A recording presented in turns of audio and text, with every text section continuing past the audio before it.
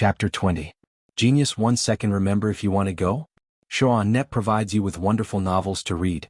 Luonan had to say that he was grateful to this fierce warrior who charged in first.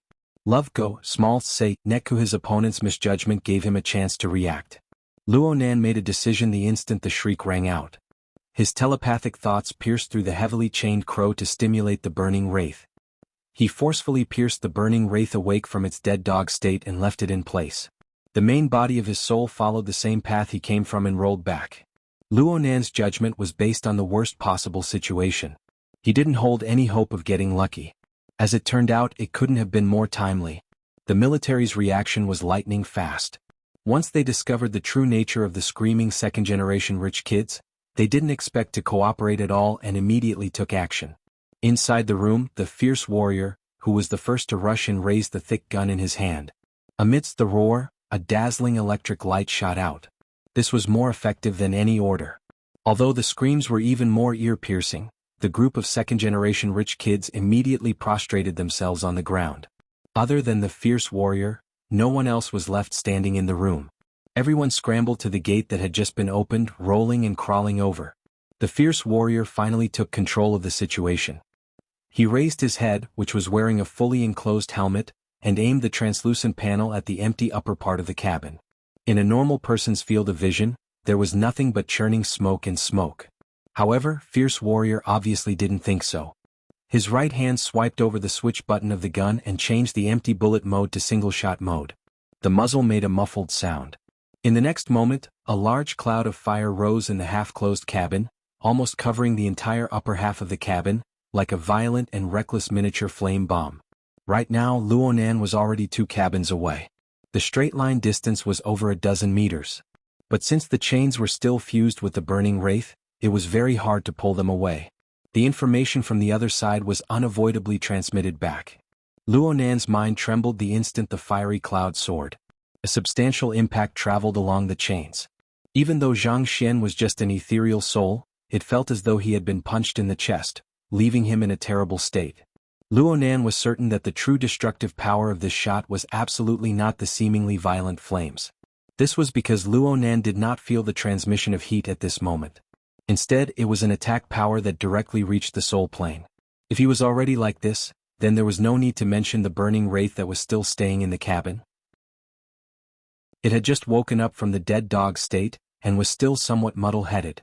The red cloud exploded overhead, crossing the boundary between reality and illusion, and acting on its body.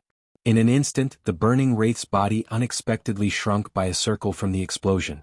It clearly suffered damage. This sort of flame bullet-like ammunition was clearly made to deal with the Darksider life form. Its effects were immediate. However, it wasn't easy to reload the ammunition. After one shot, the fierce warrior retreated and reloaded at the same time. He couldn't complete it in a short time. However, it would be too naive to think that there was a chance just because of that. One person's skills were limited, but he couldn't fight against the other side's numbers. After the first flame bullet was fired, there was a succession of bullet trajectories that cut in from outside the cabin. At least 5 of the same type of ammunition shot into the cabin and exploded. For a time, the cloud of fire churned and the temperature of the entire cabin rose by at least 20 degrees. The soaring temperature looked frightening, but it was actually meaningless. It proved that the destructive power of the ammunition had shifted beyond the conventional plane.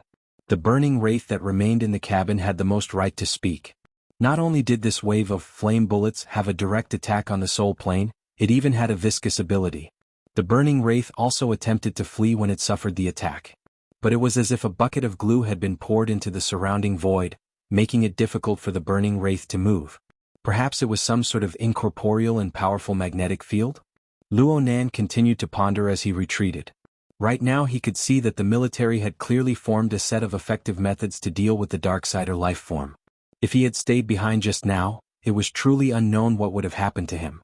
Luonan's route of retreat and method had been carefully considered. From Lu Tao's introduction, he roughly understood that the shadow mist capture of the Darksider life form wasn't really a matter of seeing it. Rather, it was a method of calculation that had a problem with probability. In other words, it was very likely that the military didn't know the true form, quantity, and relationship between the Darksider life form. Luonan pushed out the burning wraith that he had just obtained without the slightest hesitation. With the burning wraith attracting firepower, he could be considered safe up until now at least. But at this moment, the burning wraith that was bound within the cabin had finally aroused its vicious nature after it had suffered a series of attacks.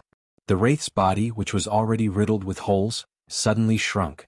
Its originally incorporeal shadow body became a bit more solid. There was even an instant where the outline of a body became even clearer.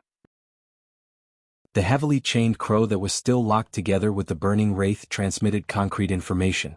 But Luonan wasn't able to discern what it was for a time. He just felt that it was some sort of vicious beast. This incorporeal vicious beast faced the sky and roared in the next moment. Psychic waves that were nearly tangible filled the cabin in an instant. They penetrated through the metal walls and rapidly spread. From the moment the gunshot rang out, the burning cloud of fire above their heads simply scared the rich kids to the point of pissing their pants. They all screamed for help right now.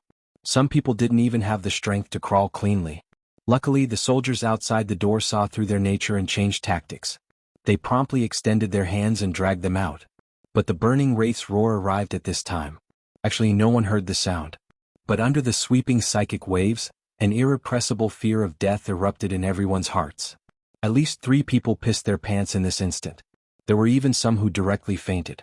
But on another level, through the chains and through the burning wraith, Luonan saw that this group of rich kids had already collapsed in the face of fear. Between their mouths and noses, between the pores of their bodies, a very strange thing began to ooze out. Countless dark red specks of light floated up.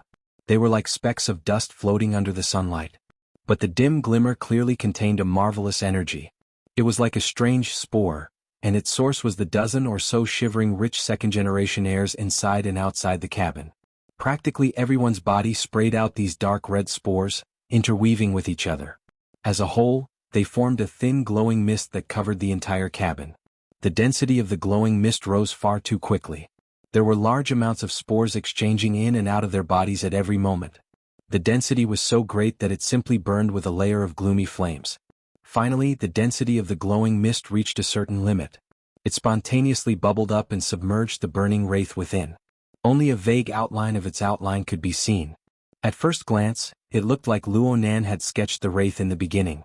It was just that it was much more concise.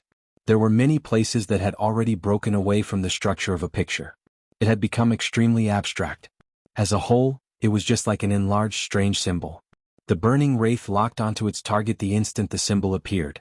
The fierce soldier, who had always been at the very front, had a sturdy body wrapped in exoskeleton armor. It was as if it had been struck by lightning. Then it violently twitched and fell backwards. However, a faint smoke rose from the tangible body, and then it showed signs of dissipating. Chapter 21. A Genius in 1 Second Remembers Love? Speak, Net, providing you with wonderful novels to read. Luonan was familiar with the series of circumstances that occurred within the cabin. One was the roar of fear. It was practically a replay of Luonan's experience on the viaduct. And on the soul plane, a few more essential things were exposed. Looking at the other people's expressions, it was clear that they knew nothing about the spore. Then there were the fallen fierce warriors. Luonan felt the unforeseen events that happened to the fierce soldier. This was because in the moment when he was forcefully pulled out of his body, this dark and incorporeal vibration penetrated his body, forcibly blasting his soul out. Looking at it now, this was truly a battering ram that acted directly on the soul plane. The fleshly body on the plane of reality was completely unable to defend against a single hammer strike. It directly struck the soul. It was filled with the meaning of the mystic arts.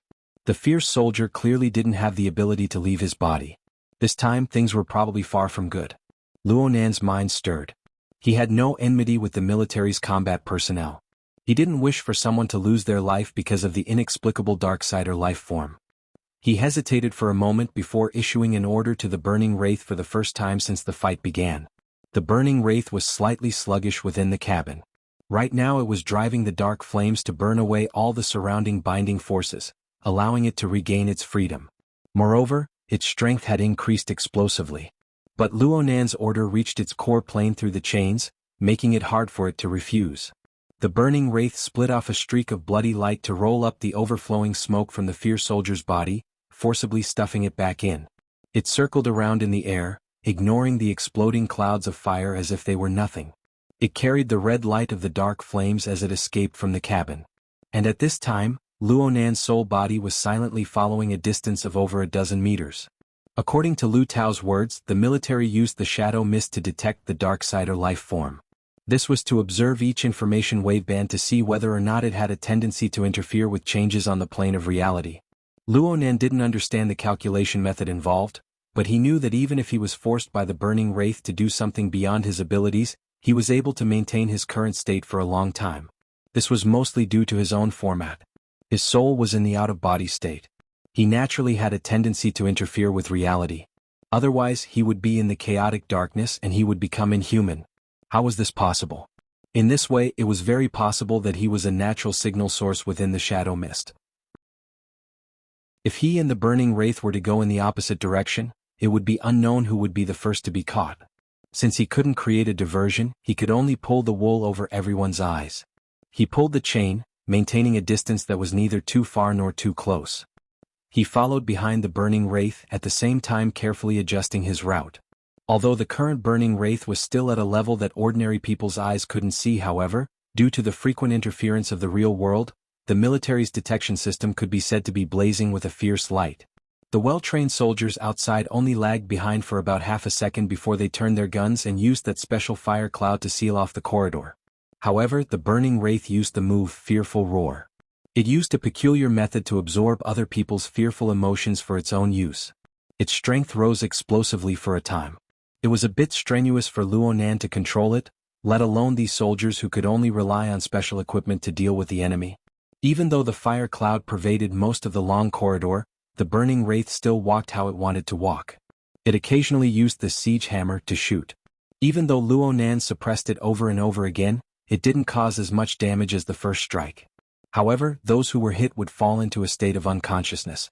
They didn't even know what was going on when facing an invisible enemy. Such a treacherous situation really was an absolute test of the willpower of the human heart. Even soldiers who had gone through strict training were able to maintain uninterrupted firepower according to the drill manual. It was hard to avoid the feelings of fear and panic in their hearts. This was a difficult knot to unravel when facing the burning wraith. So much so that the number of strange spores in the long corridor increased once more. They didn't just come from the bodies of the collapsed rich kids. They also came from the bodies of the soldiers in battle. Large amounts of spores floated up, infected, and exchanged. The magic of fear was like an avalanche. It pressed down on everyone present. The combat formation formed by the elite soldiers and the rhythm of the successive firepower had already shown visible disarray. 1, 2, 3, 7, 8. Including the one who was still lying in the cabin, there were 9 well-trained elite soldiers dressed in advanced exoskeleton armor. They formed a combat squad that was enough to contend against powerful mutants in the wilderness. But under the fierce might of the burning wraith, they actually didn't have the strength to fight back. Luonan observed this scene. His mood was a bit complicated. Just this morning, he was still a suspect who had been forcibly detained by the police. He could only obediently act like a grandson when faced with violence. But after a short few hours, his dominator strength already possessed the ability to directly defeat a small elite squad of the military. This strength was powerful and terrifying. It was mysterious and realistic. However, one could infer from the scene before their eyes that the planetary government was in a terrible mess when faced with the wilderness, faced with the mutant, and faced with the Darksider life form. Luonan wasn't a good child who worried about the country and the people, but he remembered a sentence. Every person was only 300 kilometers away from the wilderness. On this planet, every person faced the threat of the mutant. And now it looked like this threat was much greater than what the government and the media usually publicized. In the end, Luonan didn't have a melancholic temperament. He quickly recovered from his emotional state and slightly controlled the fierce flames of the burning wraith. At the same time, he corrected his path and prepared to continue piercing through walls to return to his body. But the burning wraith transmitted a restless reaction in the next moment. It was just a hair slower than the burning wraith. Luonan had an inexplicable feeling as well. He shifted his attention, but he heard a wave of muffled footsteps. At the end of the long corridor was a bright color like the azure sea. It turned a corner and approached step by step. It was also an exoskeleton armor. The head was a bit flat, and it had a multi-angular helmet. It was once known as the most masculine exoskeleton design. But from Luonan's perspective, it was like a praying mantis pouncing on its prey. The reflection of light from every corner possessed a penetrating power like the edge of a blade. A low and fine hissing sound rang from the back of this completely sealed helmet. At the same time, the exoskeleton's shoulders, chest, abdomen, ribs, and every other part of the forelimbs all had minute deformations. The entire armor seemed to have expanded by a size in an instant. And marvelous patterns of light began to appear on the coating layer of the armor. They appeared flat, circular, hyperbolic, and all sorts of other shapes. Fine electric currents seemed to be leaping about on the outer shell of the armor. But upon closer inspection, how could it be electric currents? It was clearly a layer of fine interweaving flames. They stuck rigidly to the outer shell of the armor that was deep blue like the sea. Only the dazzling light of the flames swayed faintly. Deep Blue Walker. Archetype format form. Many thoughts jumped in Luo Nan's mind in succession. Finally, they all came to one place: format of fire. Before this thought had even finished, a translucent light of fire sprinkled out from the body of the Deep Blue Walker that advanced with large strides. The quality was crystal clear, like a soundless overflowing wave of water. It pushed through the long corridor and interweaved with the all-encompassing cloud of fire emitted by the military. An astonishing reaction was produced in an instant. Chapter 22. Genius in 1 second. Remember Love Go? Speak, net, providing you with wonderful novels to read. Gurgle, gurgle. Luo Nan could clearly hear the clamorous sound of boiling water. In fact, the majority of the long corridor was filled with fire clouds that were boiling. The swelling and bursting dark red bubbles were piled together. At first glance, it looked like a lava lake in the ground. But from the perspective of the burning wraith, these bubbles were like a strong detergent with a barrel-rolling effect. The spores stirred up by the roaring of fear were immediately annihilated the moment they came into contact with the boiling fire clouds. Even the power that was already operating effectively, such as the gloomy dark flames that revolved around the wraith's body, also received enormous interference. A vortex formed in the void. 3 types of flames. Whether it was the burning wraith, the Deep Blue Walker, or the flames released by the soldiers, as long as they were sucked into the vortex, there would be no reaction. If this was all, then the burning wraith wouldn't be considered to have fallen into a disadvantage. But the problem was, who would want to fight you one-on-one on this military transport ship? A muffled bang rang out. A blue light suddenly burst forth from a certain cabin on the side of the corridor. A robust figure rushed out from the side. It was actually another Deep Blue Walker. Its propulsion system had clearly been pushed to the limit. It was much more valiant than the previous one, directly pouncing forward. The alloy dagger in its hand was raised horizontally. The same translucent format of fire flickered on its surface. So accurate. Luo Nan nearly suspected whether or not this slayer possessed the ability to directly perceive the Darksider life form. The direction of the dagger's edge was actually cutting straight at the area where the burning wraith was located. It was near the center. The burning wraith's reaction was a bit slow. Perhaps the distance between the two was too close, or perhaps it lacked a sense of danger from a physical attack. Only when the fiery light of the dagger neared its body did it blur its figure in an attempt to dodge. In the end, it was still too late. No matter if it was the outer layer of gloomy dark flames or the inner layer of near-nothingness of the shadow wraith, a long scar that could be seen with the naked eye was directly cut open. Everything within was transformed into nothingness. On Luo Nan's side, the information transmitted by the burning wraith suddenly turned chaotic. Then a ruthless power burst forth. The burning wraith's vicious nature had already been aroused. It completely disregarded Luo Nan's previous orders. The siege hammer no longer held back and directly struck. The Slayer's protective format of fire abruptly darkened, and its body, which was still gliding through the air, lost control. It crashed into the metal wall of the long corridor with a loud bang, leaving a few shallow dents in the sturdy alloy. Many people exclaimed in surprise. But with this collision, the exoskeleton armor weighing hundreds of kilograms bounced back. The protective flames on his body dimmed even more, and the flames on the dagger in his hand almost solidified. Like this, he leapt into the air and swung his saber again.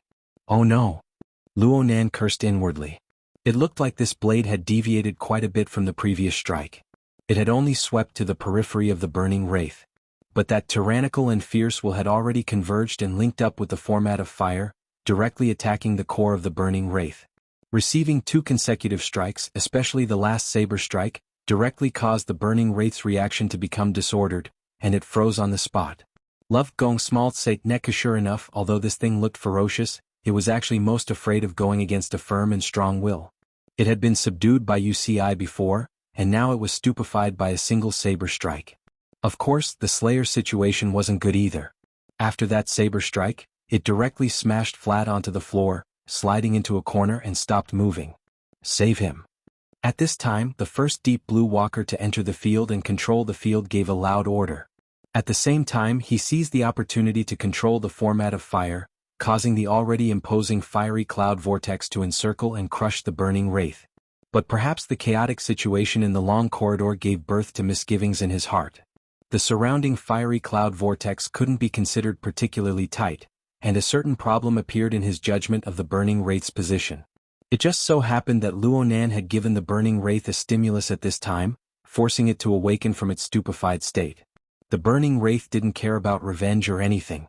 It simply transformed into a rainbow of light, forcefully breaking through the weakest point of the fiery cloud. Then it tunneled through the ground, directly passing through the body of a rich second generation, and entered the lower deck of the warship. The central AI's judgment was as sharp as before, but the rich second generation lying on the ground in the long corridor acted as human shields, making it hard to continue the follow-up measures. It could only order a second wave of interceptions. The first Deep Blue Walker to enter the field shook his head. He had no intention of pursuing. He took off his sealed helmet, revealing a handsome and solemn face. It was none other than Yen Yongbua. At this time, the medic went to look at the fighter on the ground, whose life or death was unknown. But before they could truly make contact, the fighter suddenly flipped over and sat up. He pushed the medic aside and then a heavy fist smashed onto the floor. The fighter's emotions were completely displayed with resentment and fury. Yen Yongbua walked forward. His usually grave and stern face revealed a smile for the first time. He extended his hand towards the fighter. Captain He, controlling your emotions is the #1 task when dealing with the Darksider life form. Moreover, you've already done it to perfection just now. I know very well how I've done things. The fighter simply didn't pay attention to Yen Yongbua's good intentions. Its voice was low and cold. Then it used the assistance system to stand up and recalibrated its armor. Captain He, the fighter turned the translucent panel of its helmet around to face Yen Yongbua. Quantum Corporation's professional quality can be considered trustworthy. I hope we can cooperate in the future and reduce unnecessary mistakes. I treasure this time very much. Yen Yongbua faintly smiled. That's only natural. The fighter turned around and left. Yen Yongbua followed behind. He carefully savored the low and hoarse voice and the special flavor that belonged exclusively to a woman. He also pondered over whether or not there was any other meaning to her words. Several seconds later, he hung his head down and used the company's public channel to give his subordinates a reminder. The target strength is strong. Everyone, when cooperating with the military, the first task is stability. Blackie, especially you. Don't be impatient and rush forward. First, be a good support. Blackie naively replied, I know. I'm watching. According to wartime regulations, all non-military communication channels were either blocked or monitored. They weren't allowed to speak carelessly either. Yen Yongbua's words and actions quickly drew a warning from command. But since there wasn't any sensitive information within, and it coincided with the military's position on Quantum Corporation, the criticism was just routine business. Only Yen Yongbua and Blackie, the two people involved, understood the true meaning within. Delay the operation for now. Observe and wait for changes. Yen Yongbua hung his head down. His mind spun. Today was truly a lucky day. I actually got the chance to get to know and interact with Captain He. Compared to this koi that could ascend the Dragon's Gate at any moment, the malnourished little cub of the Luo family could be put aside for now. There were many ways to probe a child's background. But today's good opportunity wouldn't come again if it was lost.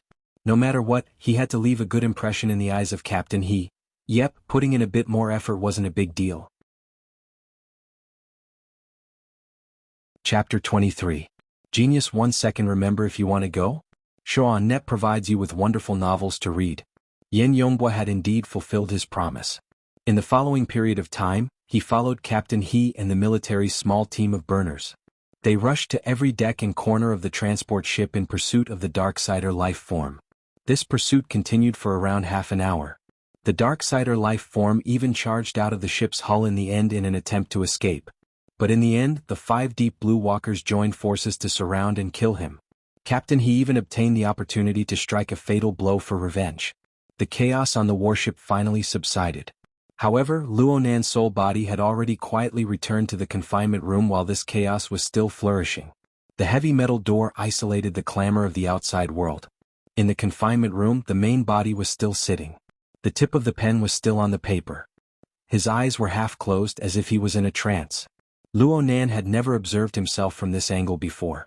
He just felt that it was peerlessly bizarre for a time. He felt that it was like a lifetime had passed. But right now the burning wraith was already powerless to supply energy to Luonan. The chill within his soul had accumulated within his body. It was extremely uncomfortable. Luonan didn't waste any time. His soul directly returned to his body. The embarrassing scene of passing through his body that he was most worried about did not happen. When his soul was close to his body, the boundary between reality and illusion appeared in a trance, manifesting into his visualization diagram, a tetrahedron with its inscribed circumscribed sphere. The inner sphere wrapped around the 5 viscera and 6 bowels, and the tetrahedron divided the inner and outer boundaries. When the soul came into contact with the outer sphere, it turned into a faint light and entered the head of the body. Some kind of restrictive feeling pressed down on him, but correspondingly, it felt like he was wearing a thick armor, and he felt inexplicably at ease. This feeling lasted for less than half a minute before disappearing. The legendary out-of-body experience also came to an end for the time being. Loveko, small say, Luonan's body began to move. He pinched the shaft of his pen and slightly swayed his neck. He adapted once more to the state where his body and soul were one. Judging from the current situation, the skeleton was indeed the carrier and armor of the soul. At the very least, it was inevitable that the skeleton was a power plant. As for the astral projection, it was just like traveling. Without sufficient capital, it was better to be cautious. In reality, without the burning wraith, if he wanted to leave his body, he really would have to consider it carefully. The burning wraith was done for. It hadn't been long since the spirit and flesh had become one, but the burning wraith had sunk into a land of death. The continuous attacks had already far surpassed the limits of what it could bear. Moreover, it had also encountered the slayer it feared the most. The format of fire and the tyrannical will had fused together, causing fatal damage to it. Losing the burning wraith was of course a pity, but compared to his own life, what was the big deal? Luonan took a deep breath. Though his soul had already returned to his body, there was still a test before him. At a level that ordinary people couldn't see, the heavily chained crow was gradually retracting, like a snake that had retreated into a deep hole to hibernate. So far, he hadn't attracted anyone's attention. But Luonan couldn't afford to be careless in the slightest before he could completely retrieve it. Retrieving the heavily chained crow took a total of around 10 seconds. But from Luonan's perspective, it felt like 10 years had passed. Luonan faintly felt that there were some subtle changes on top of the heavily chained crow, but he didn't have the mood to think too much about it. He maintained his drawing posture all the way until the chains were completely retracted, returning to nirvana along with the visualization diagram. Occasionally he would draw a few lines that even he himself couldn't make heads or tails of. He silently waited.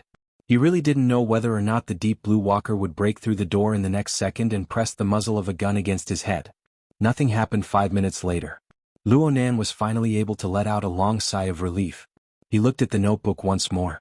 The perfectly fine sketch of the prison building had already been destroyed by his subconscious scribbling. This was fine as well. Luonan closed the notebook, raised his head and closed his eyes.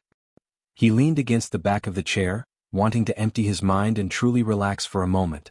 But who knew that a prompt would ring out in the next second? The metal door slid open amidst the crackling sound of electricity. Luonan suddenly opened his eyes. His body nearly sprung up, but in the end he still slowly relaxed after a moment of stiffness. He sat up, pretending to be at a loss as he looked toward the door. As for whether or not he was pretending, only the heavens knew. Luonan let out a breath of relief when he saw the person at the door. It wasn't a deep blue walker. It wasn't any fully armed combat personnel either. It was the captain who had brought him here before. "You, come with me." The captain's tone was quite calm as he indicated for Luonan to follow him. Luonan didn't think too much about it. He got up and followed. He boarded the transport device with the captain and entered the internal communications line. Luonan maintained his silence within the completely sealed transport device. He had always had an introverted temperament of few words. It was fine for him to sit like this for an entire day if others didn't take the initiative to talk. In the end, the captain had to give some instructions. The police have already boarded the ship. The investigation will begin immediately. You're a minor. There are many rules. Go see a lawyer right now and make some preparations. Lawyer? Luo Nan was a bit baffled. You guys hired him? It has nothing to do with our military. The captain gave a simple response. The transport device arrived at another area of the warship at this time. Some arrangements had already been made here. Luo Nan took a cursory glance and saw that there was an interrogation room, a waiting room, an analysis room, and so on. There were also all sorts of sampling and analysis equipment. There were so many of them that they appeared to be quite well organized. Most of the people operating in this area didn't wear the most common gray military uniform of the Air Force. Instead, they wore the black uniforms of the Xia City Police. The captain didn't stop. He led Luo Nan to a room in the corner of the area. He knocked on the door and pushed it open, indicating for Luo Nan to enter. The room was a bit noisy. A woman wearing a business suit leaned against the edge of the table. Her head was lowered as she fiddled with the flexible screen in her hands. The AR effects of the flexible screen were clearly turned on to the max. The silhouette of a beast floated onto the screen, leaping and running. The light and shadow effects were quite gorgeous. The sound effects were quite astonishing as well. At least the howl of the beast sounded quite horrifying. Luo Nan actually recognized it. This was the worldwide popular 10 Days in the Wilderness. It was a phenomenal mobile game. Hold on. This level is quite difficult. The professional woman didn't even raise her head. She casually greeted him and used her finger to poke on the flexible screen. This absurd scene made the eyes of the captain who brought Luo Nan in twitch. Luo Nan didn't care. He nodded to the captain and went straight inside. The difficulty of 10 Days in the Wilderness was extremely high. It only took a few steps for the game character to be buried within the enormous maw of the mutant. The professional woman sighed and raised her head. A smile blossomed on her delicate and beautiful face. Hello. Luo Nan, right? I'm the lawyer entrusted by young Master Xia Zhang Yingying. Oh, Xia Junping. Luo Nan wasn't the least bit shocked by this answer. Or perhaps it could be said that he had been waiting for this result all this time. Right now it looked like that good-for-nothing fellow hadn't disappointed him in the end. Chapter 24. Genius 1 second. Remember if you want to go? Show.net provides you with wonderful novels to read. Zhang Yingying snapped her fingers. It's good that you understand. Love go, small, say, neku. Such a frivolous and casual attitude was far from Luo Nan's impression of a lawyer. Luo Nan felt that compared to Xia Junping sending a lawyer to help, Xia Junping sending a lawyer over was truly shocking. Next, Zhang Yingying's explanation of this matter allowed Luo Nan to confirm this point. You were there when the accident happened in the R&D district. You should know that the military and the police are taking this very seriously. Due to the chaos over there, I don't have the energy to deal with small fries like you, and I can't do any screening either, so I can only temporarily escort you to the transport ship. Well, it can be considered a blessing in disguise. Luo Nan was dumbfounded as he looked at her. Where is the fortune? Zhang Yingying blinked. It's a blessing not to rely on either side. You're still underage, right? Thank goodness we intervened in time on the transport ship. Otherwise, if we went to the police station and followed the strict procedures, there's no way we could hide it from our family, hee. Luo Nan was left speechless. He had to admit that this young lawyer's words had hit the nail on the head. If his aunt were to find out about this matter, the scene would be truly unimaginable. Zhang Yingying was finally satisfied when she saw Luo Nan's expression change. She said, It's not just this. Did you know about the chaos on the warship just now? I feel it. Luo Nan answered very straightforwardly. The shadow mist still pervaded the confinement room. Even a fool would know that there was a problem. You've got guts. I've seen the surveillance footage they sent. There's smoke everywhere and you're alone. Yet you're still so calm. You're still writing and drawing. It's rare, young man. I like young people like you the most. Zhang Yingying reached out her hand and smacked Luo Nan's shoulder with force, causing his somewhat stiff muscles to scatter. Zhang Yingying ignored Luo Nan's subtle emotions and continued to speak. I arrived on the ship 2 hours ago. I wasn't able to meet with you for a while because the government and the military are nervous. They're afraid that there's a problematic person hidden among you. They don't allow the outside world to come into contact with you. But as soon as this mess broke out, they knew that it was stupid to isolate the inside from the outside, so they began to change their strategy. It was indeed rather difficult to seal the Darksider life form. Luo Nan's thoughts flowed. He was a bit absent-minded. Zhang Yingying put on an act and coughed. So you need to pay attention. Isolating the inside from the outside. You look like you're being heavily guarded, but in reality you're just trying to be lazy. In essence, you don't care about small fish and shrimps like you. Now that you're letting go, it doesn't mean that you're giving up. Instead, it means that you have the mentality of sifting through the ranks. They're going to be much more serious than they were in the beginning. Luo Nan nodded silently. At this moment there was a knock on the door. The captain from before had returned. "Lawyer Zhang, please get ready. It's finally my turn." Zhang Yingying stood up straight. She wore high heels. She was half a head taller than Luo Nan, who had yet to finish puberty. She had a threatening aura at first glance. It was a pity that her immature cheeks and energetic smile were incompatible with her serious professional attire. She looked at Luo Nan's taut face and blinked. "Are you nervous? Do you usually watch movies?" Luo Nan almost couldn't keep up with her train of thought. He only answered a second later, "Occasionally. In the movies, what do the villains say when they face the police? Please talk to my lawyer?" Bingo. Zhang Yingying slapped Luo Nan's shoulder with force once more. She took the lead and walked out. Luo Nan stared at the slender figure of the female lawyer. One conclusion was already clear. No matter what her true goal was, this lawyer Zhang was not someone that Xie Junping could control. "What are you standing there for? Let's go. Let's get this over with." Zhang Yingying urged Luo Nan from the front. Luo Nan laughed and followed her out. The stream of people in the temporarily opened interrogation area seemed to have increased a bit during the time they were talking. Xie Junping had hired a lawyer for Luo Nan. Naturally, the rich kids as well as the other prisoners wouldn't fight alone. According to Zhang Yingying, the private lawyers of the rich kids had already consciously formed a temporary team to negotiate with the police. Strictly speaking, Zhang Yingying was also a member of this temporary team. It was just that she had never taken it seriously before. The military personnel automatically withdrew upon entering the interrogation area. The police took over and conducted all sorts of sample tests. Luo Nan didn't say a word from beginning to end. He did whatever he was told to do. He was extremely cooperative. The calculations of the government and the military were roughly the same as Zhang Yingying's judgment.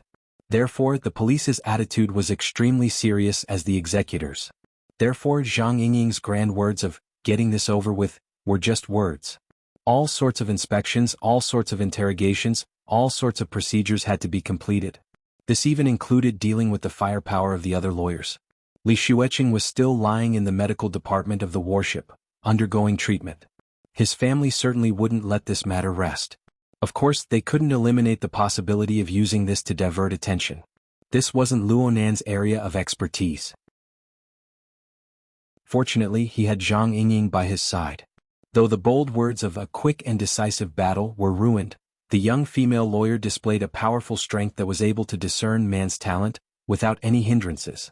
Of course, Luo Nan didn't understand the negotiations behind the scenes, causing all the firepower to be like thunder but little raindrops.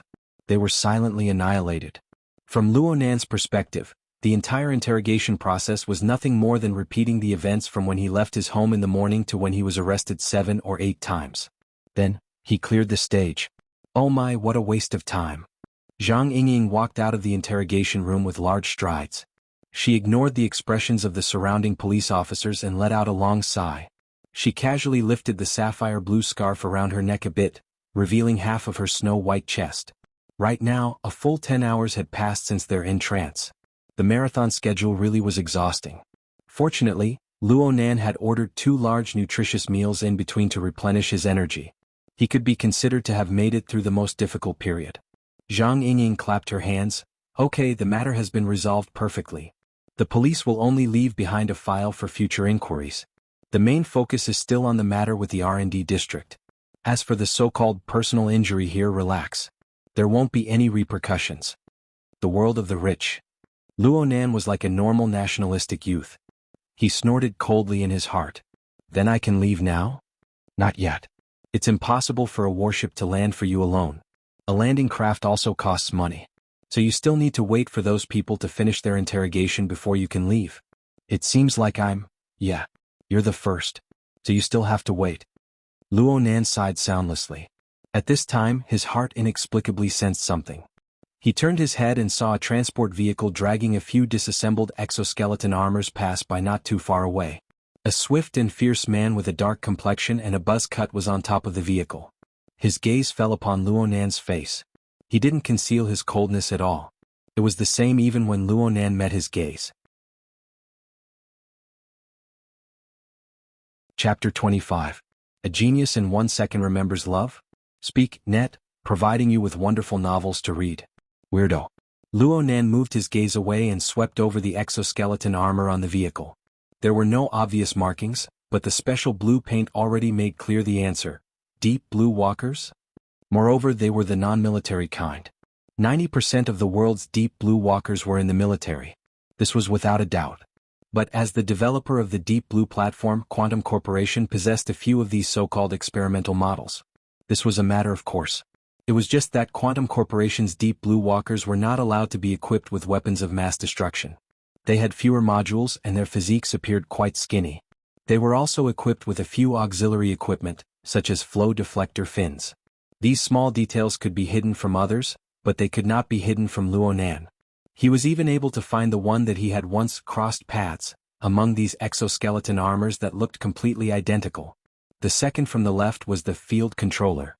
He was the first to engage in combat with the burning wraith, and he played an extremely crucial role in the final encirclement. Luo Nan's eyes slightly narrowed. The system layout and parameters of the Deep Blue walkers were undoubtedly highly classified. Only bits and pieces could be pieced together from many channels. Perhaps not many people had seen the Deep Blue walkers in their current state. They had just been unloaded. They had yet to be boxed up. Luo Nan clutched his own notebook. He wanted to immediately pick up a pen and completely draw down all the details of this piece of equipment. But at this time, the swift and fierce dark-faced man on the vehicle cast an even colder gaze over. Then he performed an operation. An invisible membrane flipped over from the vehicle, covering and sealing all of the armor. Luo Nan was a bit startled. Then he shrugged his shoulders. Are the people of Quantum Corporation all this petty? He seems to be from Quantum Corporation. You're familiar with him? Zhang Yingying suddenly asked. Luo Nan answered honestly, I don't know him. Then what are you staring blankly for? Let's go. Zhang Yingying urged him from the side, pulling him back to the previous room. She let out a long sigh after entering the room. She turned around and leaned against the edge of the office desk. She stretched her waist. Dealing with those bureaucrats and litigators is really annoying. Luo Nan was speechless towards this female litigator. What was more, he stood in the room not knowing what to do. Zhang Yingying giggled and pointed at him. You did well just now, so I'll give you a gift. Look, this is the cabin. Don't be dissatisfied. The entire starship has only temporarily lifted the restriction on external communication in this area. Otherwise, how can we play the game? Luo Nan subconsciously glanced at his wristband. Sure enough, the communication and network functions were unblocked. What's with these dozens of missed calls? Flipping through it roughly, he found that most of them were from his cousin Moya. Starting from the morning, there were 25 of them in total. Then, from 7 p.m. onwards, my aunt also had 3 records. It was already 10 p.m. Luo Nan just felt his scalp go numb. He was unable to think of anything else. He hurriedly made a call back. Naturally, he was looking for his usual accomplice, Miss Moya. Sister? Nan. Moya's voice was filled with uncertainty. Sister, what's the matter? What's the matter? What have you been doing all day? He didn't pick up my calls, I couldn't find him at school and I couldn't find him at home. I was ready to call the police, did you know that? Moya's high-pitched rock and roll voice was like a sandstorm, covering the sky and the sun. It was also like the explosion of a nuclear bomb, burning with rage. Why didn't you go to class? Why didn't he take the club exam? You tricked me yesterday, didn't you? Luo Nan, you've grown up. You're just outside by yourself and you're already having fun? Luo Nan was instantly showered with a torrent of abuse. The intense penetrative sound broke through the sound reception effect of his wristband and reverberated throughout the entire room. Zhang Yingying whistled and looked up at the ceiling with an innocent expression of, I don't know anything. Luo Nan didn't care about the awkwardness. He walked away a bit and reported the current situation to his cousin. Today's matter, as long as the burning wraith and the other elements were excluded, it was completely his bad luck. There was nothing to hide. After Moya vented her accumulated uneasiness and anger, she was still able to listen to his explanation. However, she didn't feel the slightest bit of sympathy for Luo Nan's misfortune. Sticking together with that trash Xie Junping serves you right for being unlucky. If you don't learn your lesson, you'll suffer in the future. The Mystic Arts Research Society is more or less like this. It's fine if you can't go. Ha! Luo Nan suddenly came to a realization. He had undoubtedly missed the Mystic Arts Research Society's entrance interview today. But how did his cousin know? Looking at the caller ID, Emoya was quite restrained in the morning. She only called 2 times, but starting from 4:30 in the afternoon when the club activities began, she called once every 10 minutes on average. Clearly she only reacted after knowing that he missed the exam. Emoya clenched her teeth and sneered, "I know you're stupid. You thought of an acquaintance over there so you asked them for help. The problem right now is that you directly missed the exam and stood them up. You're stepping on my face and rubbing it on the ground. Also, you didn't pick up my mother's phone call. It was me who risked my life to say that you needed to do an experiment for the club exam. You better make up this lie for me. Otherwise you're dead. No one can save you from the heavens or the earth." Luo Nan's heart warmed. He knew that his sister had certainly done quite a bit of work in private. Directly missing the exam this time would indeed make things very awkward. He blurted out, "Then I'll treat you to a meal tomorrow as an apology." Emoya sneered, "You don't have to treat me. But let me tell you something. Stay away from that circle. That group of bastards have a lifetime of squandering wealth as a foundation. But you don't have anything. I don't want to use the family property I'll inherit in the future to help an idiot like you." The final conversation between the sister and brother had nothing to do with familial love, but Luo Nan had long since become accustomed to his cousin's way of speaking. He didn't mind it. He also learned that Emoya was guarding his apartment in Blue Bay Community right now. Naturally, he thanked her profusely. Emoya completely disdained this. She said in a loud voice, "I'm going to the show." Then she hung up the phone. Emoya had formed a band with other people since her university days. She already had a bit of fame in the Xia City area and was currently on the rise. She was busiest every night, but today she was guarding the apartment for Luo Nan's sake, waiting for news. There was no need to say how much face she had given up. But Luo Nan couldn't help but grimace when he thought of the task his cousin had arranged for him. He pondered for a moment, but he still plucked up the courage to give his aunt a call. He didn't dare to mention today's matter. He just used Emoya's lie to fabricate a reason that the interview needed to test his experimental abilities. As for the exam results, he could only say vaguely that the results would come out tomorrow. He had to deal with it first. It wasn't good for him to turn on a video call. He couldn't tell if his aunt believed him or not from the phone. He just felt that his aunt was quite easy to talk to tonight. She even let him rest early. He had inexplicably passed the test. Perhaps his aunt felt that there was some misunderstanding because he was hesitating about the exam results? That would be for the best. Chapter 26. Genius 1 second. Remember Love Go Divided by Small? Talk. Net provides you with wonderful novels to read. In any case, this phone call wasn't much different from a harsh entrance exam. Luo Nan let out a breath of relief after hanging up. He relaxed all of a sudden. Love Go, Small Talk, Netku. He turned his head to look at Zhang Yingying and unexpectedly discovered that she was flipping through the notebook he had casually placed on his seat. The page she flipped to was the distorted sketch of the prison building. Though it had already been destroyed by Luo Nan's unconscious messy lines, Zhang Yingying still looked at it extremely seriously. She even used her hand to trace the direction of the lines. Luo Nan frowned and coughed. Zhang Yingying raised her head. She wasn't embarrassed at all. Instead, she asked him with interest, "This is a fantasy diagram, right? Why did you draw it? Was it because you felt something while sitting in the confinement room? What does the distorted layout represent? And what do those tools of violence symbolize? The outer lines are also very interesting." Luo Nan originally wanted to refuse to answer, but when he saw Zhang Yingying's expression, he suddenly thought of the subtle attitude she had displayed from time to time ever since they met. A sensitive chord suddenly plucked at his heart. Luo Nan looked at Zhang Yingying once more with a completely different gaze. He swept his gaze up and down with a few more probing thoughts. "Hey, is this hard to say? I just felt that I should draw it this way. The feeling came, so I just drew it this way." Luo Nan was simply spouting nonsense, but Zhang Yingying was actually very satisfied with this sort of answer. "Feeling it? This is very good." Luo Nan grew more and more curious towards Zhang Yingying, but he didn't want his notebook to remain in her hands for too long. He reached out and took it back, minding his own business as he sat back in his seat. It looked like he didn't want to talk much, but Luo Nan was actually pondering over how to further prove his own judgment. And at this time he heard Zhang Yingying call out, "Hey, wanna play around?" Luo Nan raised his head and saw Zhang Yingying raise her flexible screen to indicate to him, 10 days of combat is the essence. It's much more enjoyable than playing solo. Luonan wasn't in the mood to play, so he casually declined. But Zhang Yingying was especially insistent. Right now she was just a lively and playful young girl. Her mental age seemed to be even younger than Luonan's. Come on, it's killing time. Looking at the police's progress, it might not be over in another 7 to 8 hours. We'll be lucky if we can go home at 5 in the morning. At that time, just send me directly to school. Don't worry, I won't throw you off the warship. The question now is, are we going to play? Zhang Yingying had an impatient appearance. Luonan still wanted to refuse, but he suddenly changed his mind when the words reached his mouth. Then let's play a few rounds. Let me say this in advance. I really don't know how to play. It's okay. I'm just killing time. Zhang Yingying was beaming with joy. She looked casual and innocent, which was very different from her previous pretentious attitude.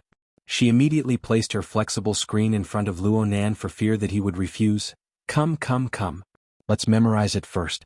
The 10 days battle is controlled through hand gestures. You should understand this, right? Yes, I know a little. Love go, small, say, Neka. Luonan saw the flashing layers of green light on the flexible screen.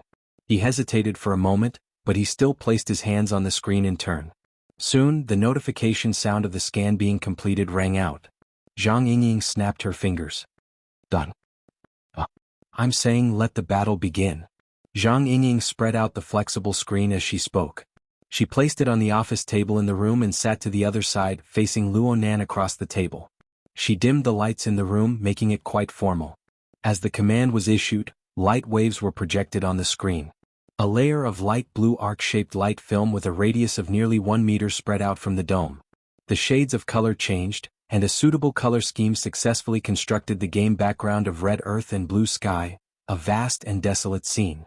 Just by looking at the augmented reality AR special effects, one could tell that Zhang Yingying's flexible screen was certainly one of the top brands in the market. It was actually able to turn a portable mobile game like 10 Days in the Wilderness into a medium-scale wargame.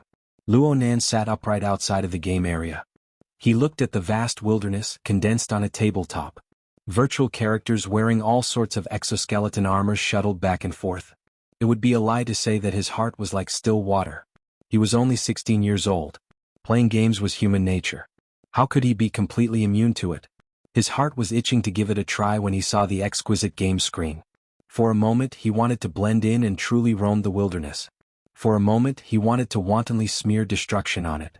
The subtleties of the human heart could not be more than this. Yes, he played games too little. Zhang Yingying quickly chose her character in front of him. She crossed her fingers and propped up her chin with the back of her hand. She beamed as she waited for Luonan to choose. Don't be anxious. Take your time. I'll let you win. Luonan didn't spend too much time.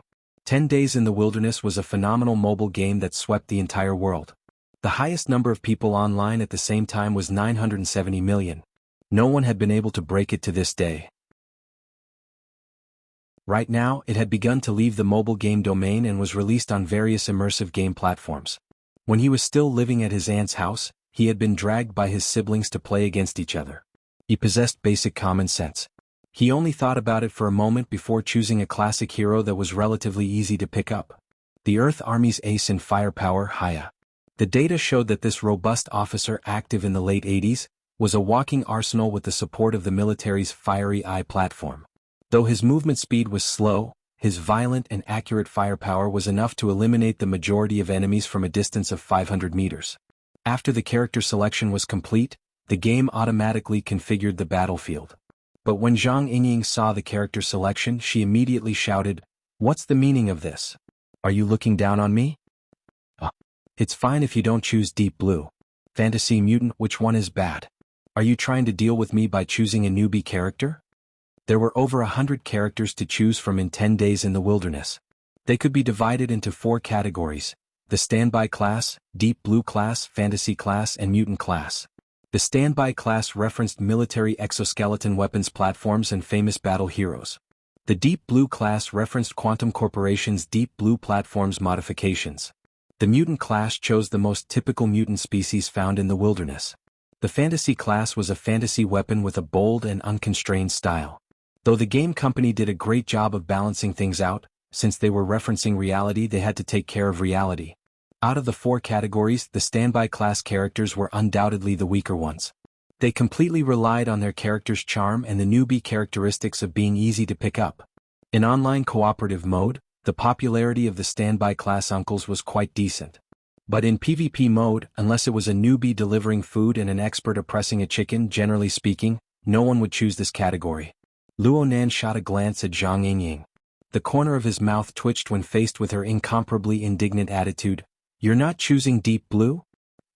After a strange silence, Zhang Yingying clasped her hands together. She exaggeratedly elongated her voice and her eyes twinkled like stars. "Huh? You don't like the Deep Blue platform either. I hate the color blue the most. I get dizzy looking at it too much." Luo Nan shot a final glance at the female lawyer's sapphire blue scarf and lowered his head speechlessly. Chapter 27. Genius 1 second. Remember if you want to go? Show.net provides you with wonderful novels to read. The game interface had already begun to operate at this time. Luo Nan gradually came to a decision in his heart. He was already disinclined to get entangled with Zhang Yingying. He swept his eyes over the wind speed and temperature data and made a gesture to advance forward. Love Go, Small Say, Nekaheya and his pet, the mechanical dog Newbie, which carried 2 boxes of ammunition, chose the highest hill in the surrounding area and began to climb. Zhang Yingying curled her lips and crossed her arms in front of her chest. She didn't do anything at all. Her mutant character, Wind Glory, floated in the air as if everything was within her control. Luo Nan understood her intentions. She was abandoning tactical maneuverability and directly deciding victory head-on. This was undoubtedly the best situation for a character like Haya to display his combat strength. As a newbie, Luo Nan recognized this preferential treatment. He controlled Blacktooth to set up a weapons platform at the top of the hill. He paid the price of completely sacrificing his mobility to achieve maximum firepower. Luo Nan waited for everything to be prepared, but he didn't say anything. He just made a provocative gesture. Zhang Yingying curled her lips and changed her hand gesture for the first time. She controlled Wind Brilliance, which was like a giant poisonous bee, and dashed all the way. In the blink of an eye, she had already crossed the center line of the battlefield. At this time, the marked distance between them was 987 meters. 900, 800, 700, Haya's light electromagnetic gun began to rumble, drawing a bright trail in the sky. Zhang Yingying suddenly became excited and announced anxiously, "I will crush you." No matter how amusing Zhang Yingying was, her skill in controlling the game was certainly far above Luo Nan's. Wind Brilliance's enormous body charged forward and danced in and out of the increasingly dense bullet trajectories. Once it broke through the 500-meter life and death line, it changed its location a few times, and the bullet comments that it had worked so hard to weave were torn apart. Newbie was corroded by the venom, and his ammunition exploded. Heya was also swept across the neck by the transparent bee wings, KONG him. First blood. Across the desk, Zhang Yingying wagged her index finger at Luo Nan. "Should I change my character?" Luo Nan didn't say a word. He chose to restart the battle. Zhang Yingying accepted the challenge with a smile.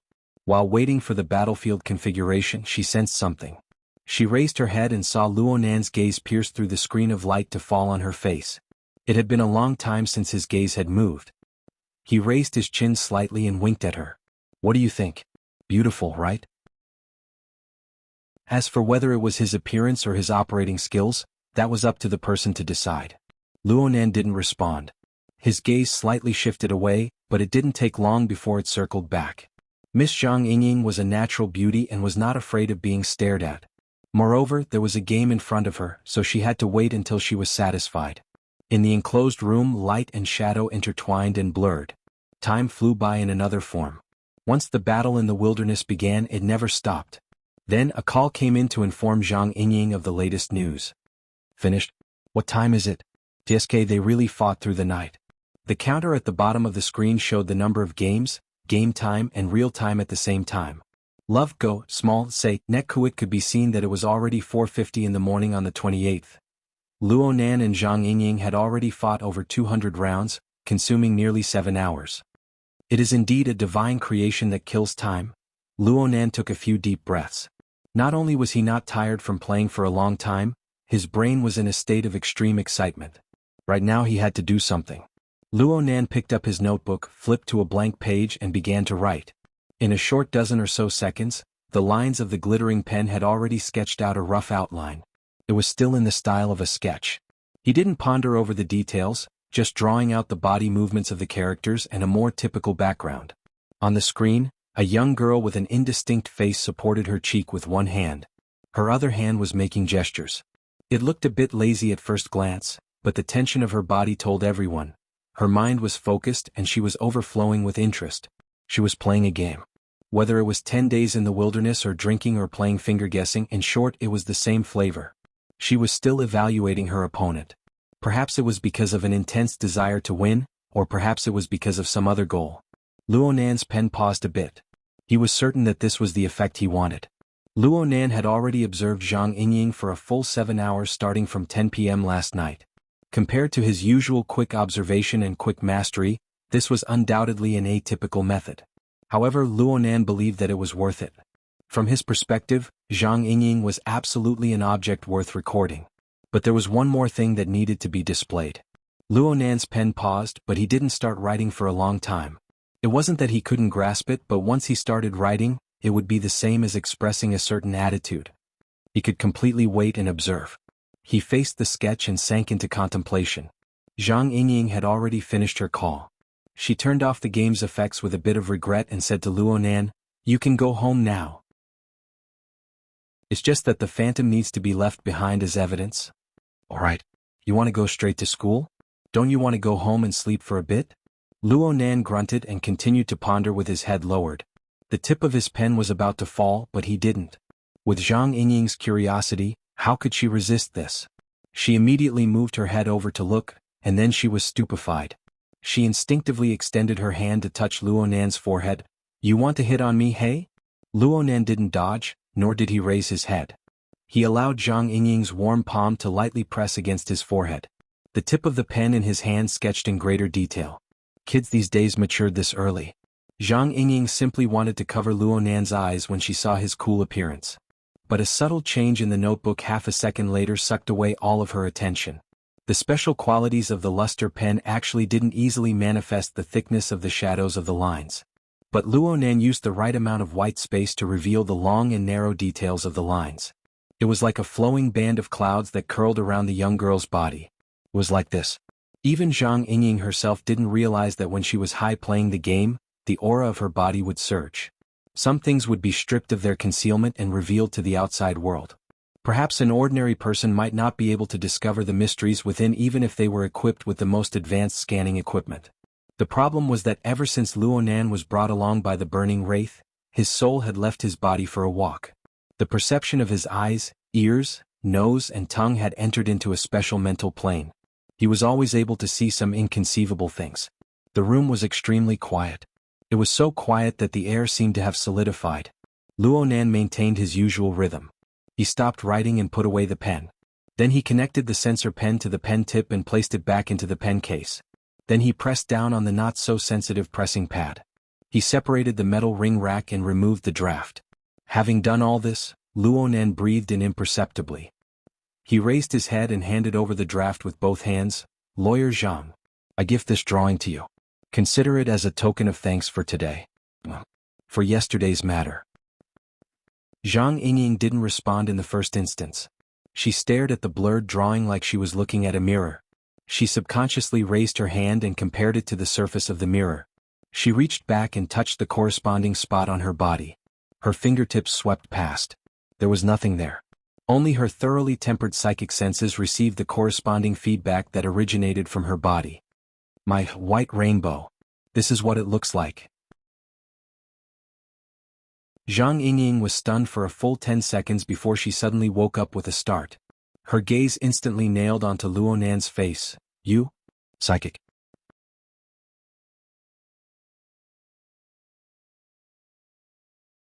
Chapter 28. Genius 1 second. Remember if you want to go?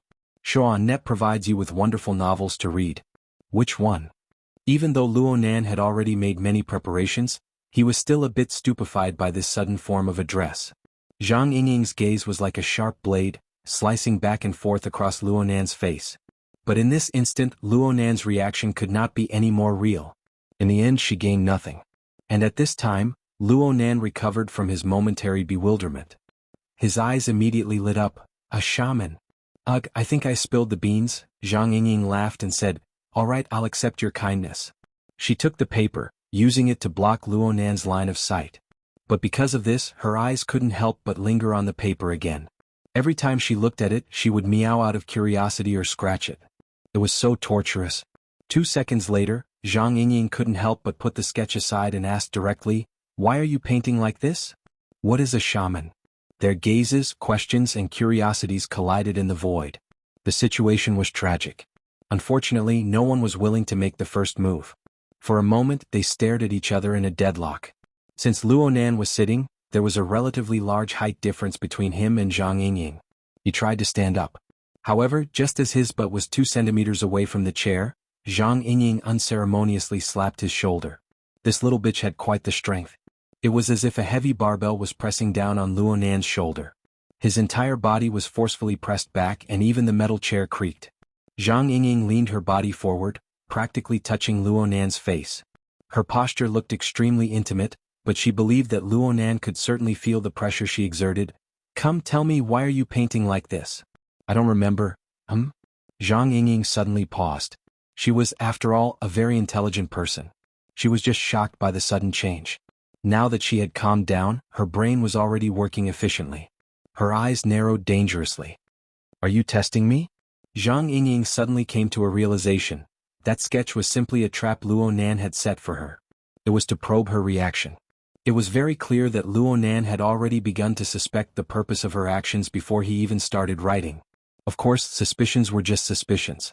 Luo Nan was able to skillfully and magnanimously use his own abilities to set up a trap for her. This was truly a pleasant surprise. Luo Nan sat on the chair.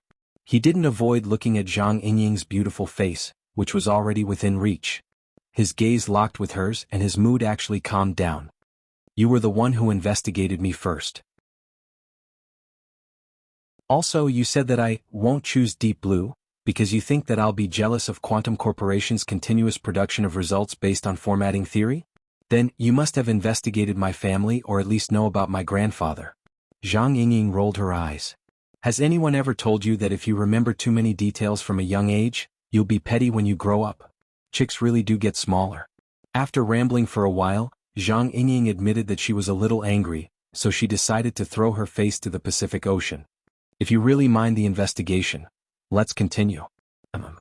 "Student Luo Nan, aren't you going to talk about your experiences in applying abilities?" Luo Nan remained calm. "I don't know what the ability is called, what its nature is, and what level it is at. I don't know any of this. How could I have any insights?" Zhang Yingying was a bit stifled. She discovered that getting angry with the obstinate hero of darkness was a very meaningless action. There was simply no compromise option in Luo Nan's mind. Showing his cards on the table at the drop of a hat. No matter how much he pretends to be mature, he's still a little kid. After cursing a few times, Zhang Yingying still took a step back in the end. "I didn't expect you to be so lacking in knowledge. I just pity you. Actually, if you look it up on the internet, you'll know that psychics are fellows who can have intimate contact with ghosts, specters, and the like.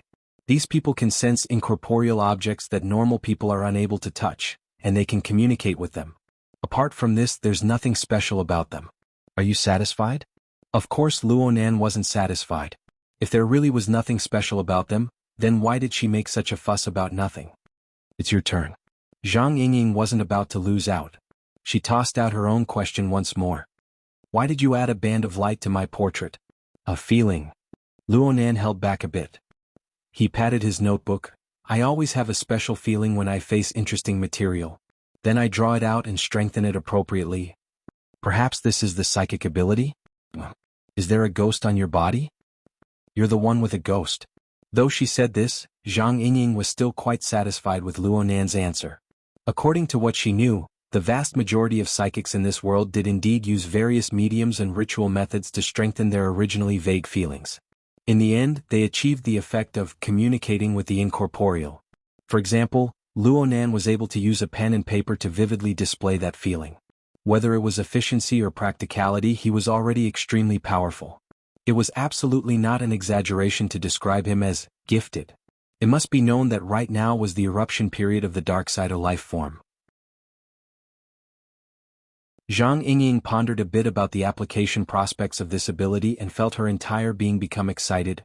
"How long has it been since your ability awakened?" Are there any more paintings like this? Luo Nan looked at her strangely. Shouldn't it be my turn to ask now? Then I'll ask. Aren't there many ability users like you, Lawyer Zhang? Do you communicate with each other? How do you train and cultivate normally? How are the levels of abilities divided? What stage is my ability in between you guys? Click. Zhang Yingying crossed her hands and decisively called a timeout. Next, she stood a bit further away and looked at Luo Nan from head to toe. She sized him up very seriously and seemed to have realized something. You really don't understand anything? However, you're very interested in the circle I'm in? Luo Nan didn't hesitate in the slightest. Yes. I'm extremely interested. Zhang Yingying blinked her eyes. Even if I'm in an evil organization or simply an extraordinary strength research institute, the kind that specializes in slicing and researching, would it still be the same? An organization? Luo Nan keenly grasped the key point and responded without the slightest hesitation. You guys are already paying attention to me, right? If you discover that I have the so-called psychic ability, don't you want to recruit me? Kidnap and imprison me? Hee narcissist. Fine. Even if it's like this, shouldn't you be waiting for a good offer under normal circumstances? What's up with you looking like you're in a hurry to apply for a job? Luo Nan thought for a bit and responded like this. Between an outstanding student and an inexperienced employee, I choose the latter. For example, he would rather choose the Mystic Arts Research Society to be an odd-job worker who could carry out independent experiments than go to the Chemistry Society and be an honest gifted student for a year. He needed pressure and opportunities. After all, he didn't have much capital left. His grandfather's time didn't have much. That circle that could possibly be filled with ability users. Even if he had to crash into it, he had to crash into it. And he had to do it in the most efficient way. Luo Nan stood up and faced Zhang Yingying. Under her stunned expression, he gave a proper bow. Therefore, I ask Lawyer Zhang to seriously consider this and give me a chance to join.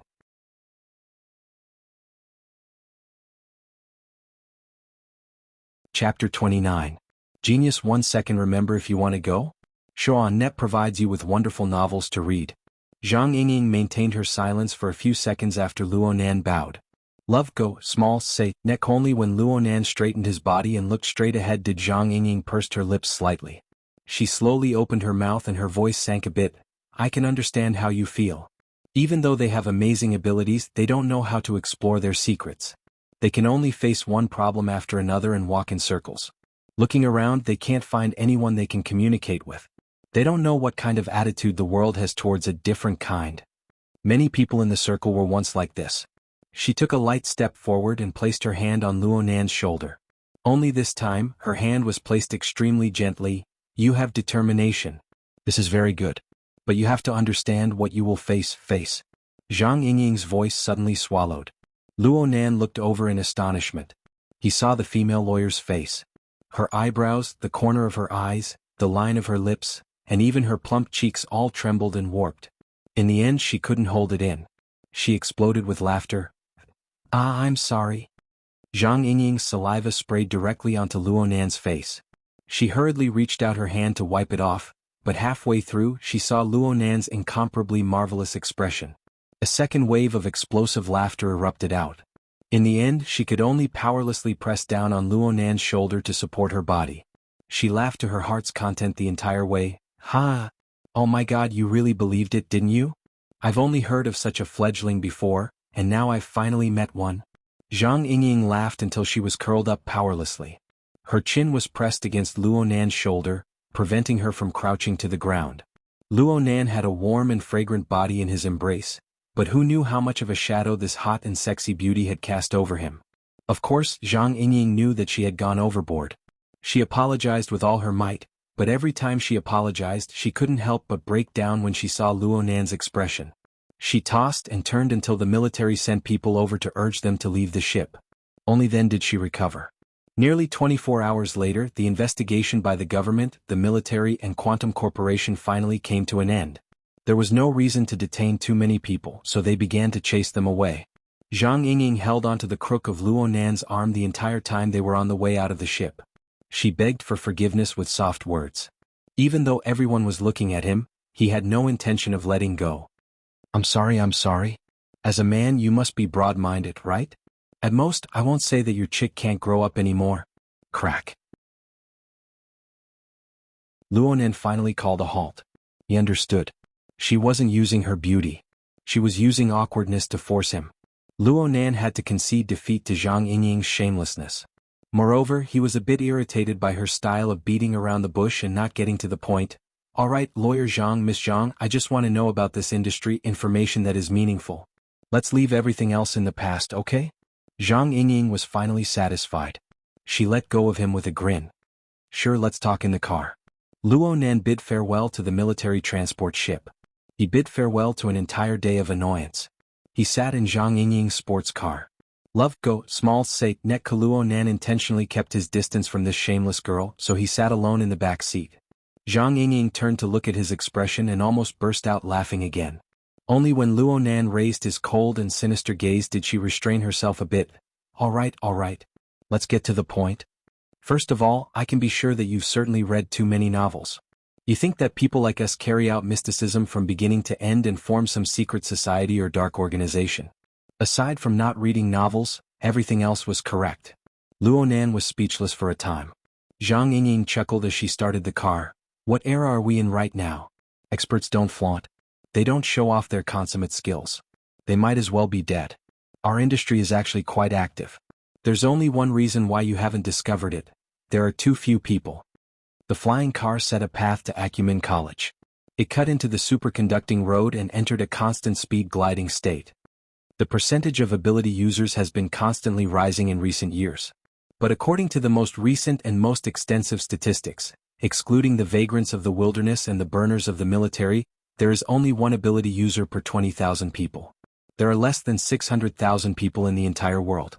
As for the number of awakened who are truly recognized by the circle, the number is even fewer. According to the latest statistics of the society, there are approximately 70,000 people. This is the result of the society's constant promotion of the Awakening Project and the nurturing of new people for the past 20 years. Society? Luonan caught on to the key word. It's a professional society. We also need to protect our rights and interests, okay? Of course, due to our small scale, we are affiliated with the International Science Exploration Association. We are classified as professional explorers. In the future, you can directly go to the Exploration Association of this city. You can resolve a lot of miscellaneous matters there. Let's continue talking. Due to their bloodlines, inheritances, and radiation circles, the distribution of the 70,000 awakened is extremely uneven. There are 88 large metropolitan areas. Some only have 2 or 3 awakened. A relatively lively place like Xia City only has 1,000 awakened.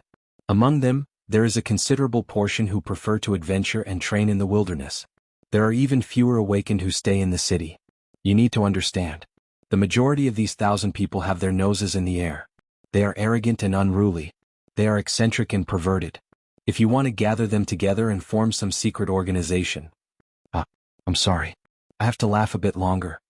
Luonan listened attentively. He obtained a set of practical numbers from Zhang Yingying's mouth. Each image gradually constructed a strange yet marvelous world in his heart. Half an hour later, the flying car approached the campus of Acumen College. The flying car connected to the guiding light rail and began to line up to enter the landing platform. Luonan asked a few key questions after Zhang Yingying's explanation. Then he immediately returned to his quiet and introverted state, writing and drawing in his notebook. However, the vast majority of his drawings were messy lines with no meaning to them. He didn't produce any new works. This caused Zhang Yingying, who had been secretly watching him all this time, to be quite disappointed. Zhang Yingying teased him as they entered the landing platform. Are you nervous? You can't even draw anything? Shouldn't I be nervous when applying for a job? Especially when I heard you say that there's an entrance examination? Relax. This circle is very thirsty for new blood. Since you have a certain amount of ability and have applied to join the society, it can be said that you have 100% chance of passing. The only difference is the initial evaluation. Do you still care about this bit of empty reputation? Oh, we're here. The car couldn't stay for more than a minute after entering the landing platform. Zhang Yingying didn't waste any more words. She said her goodbyes in a natural and unrestrained manner. You already have my contact information. We also have a common understanding regarding the matter of psychics. Then, I wish you a smooth entrance examination. Many thanks for your help. Luonan gave Zhang Yingying a deep glance. He nodded and left in the same straightforward and efficient manner. Zhang Yingying sent him off with a smile. She had a calm bearing. But when Luonan left, she went ha with a laugh. Her snow-white slender beautiful legs exerted strength and she threw off her high heels. She stood on the control panel and dialed a number. The signal connected and she shouted, "You're right.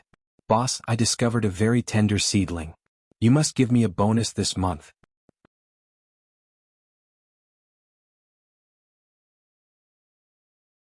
Chapter 30. Genius 1 second. Remember if you want to go? Speak, net, providing you with wonderful novels to read. Acumen College was located in the Pingjiang district. It belonged to the outskirts of the core city district of Xia City. Aside from the college, there were many high schools and research institutes in great numbers. Together, they formed an education function area of nearly 100 square kilometers. It was one of the areas with the best culture and natural environment in Xia City. After Zhang Yingying escorted Luonan to school, she turned the car around and arrived at a research institute a few kilometers away from Acumen College. This research institute was under the name of the International Science Exploration Society. It was actually a meeting point set up by the awakened. Since the number of awakened in Xia City was sparse, this place was left empty all year round. Sometimes, there would be several months in a row without a trace of a person. However, when Zhang Yingying entered, she saw the rare figure of Aunt Susan, who was on duty. "Hey Susan. Congratulations on gaining another 5 kilograms. Aunt Susan was half Caucasian. It was said that she was an extremely beautiful mixed blood when she was young, but now she was just a lazy and crude middle-aged woman weighing 120 kilograms. Her favorite hobby was to stay at home and play games. Because of this, she and Zhang Yingying could be considered kindred spirits. They usually had a pretty good relationship. "I'm working overtime every day. I'm going to die." Susan's thick chin shook as she complained loudly. What happened to the society's principle of say no to altered people? It hasn't even been 5 years and they're already saying burners don't belong to altered people. They were originally targeting the archetype format's modifications. But now they're all changing their words one by one. They're a bunch of spineless liars. Zhang Yingying went, "Wow. They're going to recruit burners into the society? But the first batch of burners hasn't reached the end of their service period yet, right? I remember the agreement was 20 years. But there's a batch that retired early due to injuries. There's around 200 people. Our place will soon become the veteran society." 200 people. Zhang Yingying's eyes widened. How many burners are there in the entire world? 17,626 people. This is the latest data. Susan looked crude, but she was actually very sensitive to numbers. This made her the secretary who grasped the statistics of the society. She had great authority. "We don't need to wait for the large-scale retirement wave in 20 years. In 10 years, the society's authority will be snatched away by the government." "I'm not that pessimistic." Zhang Yingying did not intend to delve into this topic. She moved closer to Susan and looked at the various data in the giant projection area. Coincidentally, Susan zoomed in on someone's information, which surprised Zhang Yingying. "He Wei, captain of Ship Lanshan Special Forces Team 7. I just came out from there. 20 years old? When did she undergo the transformation?" "The first batch. It said that they got into a car accident when they were 15 years old and their lives were in danger. They used burners to modify themselves and extend their lives. After that, they developed in the military. They have outstanding military achievements and extraordinary backgrounds. They just retired today. But soon she will become our vice president." Susan's words were full of sarcasm and ridicule, but when it came to grading she didn't hesitate to mark this person with a C+. In terms of entrance evaluation, this was already the highest grade. As a matter of fact, the 2 people present only had a C rating. Zhang Yingying clicked her tongue.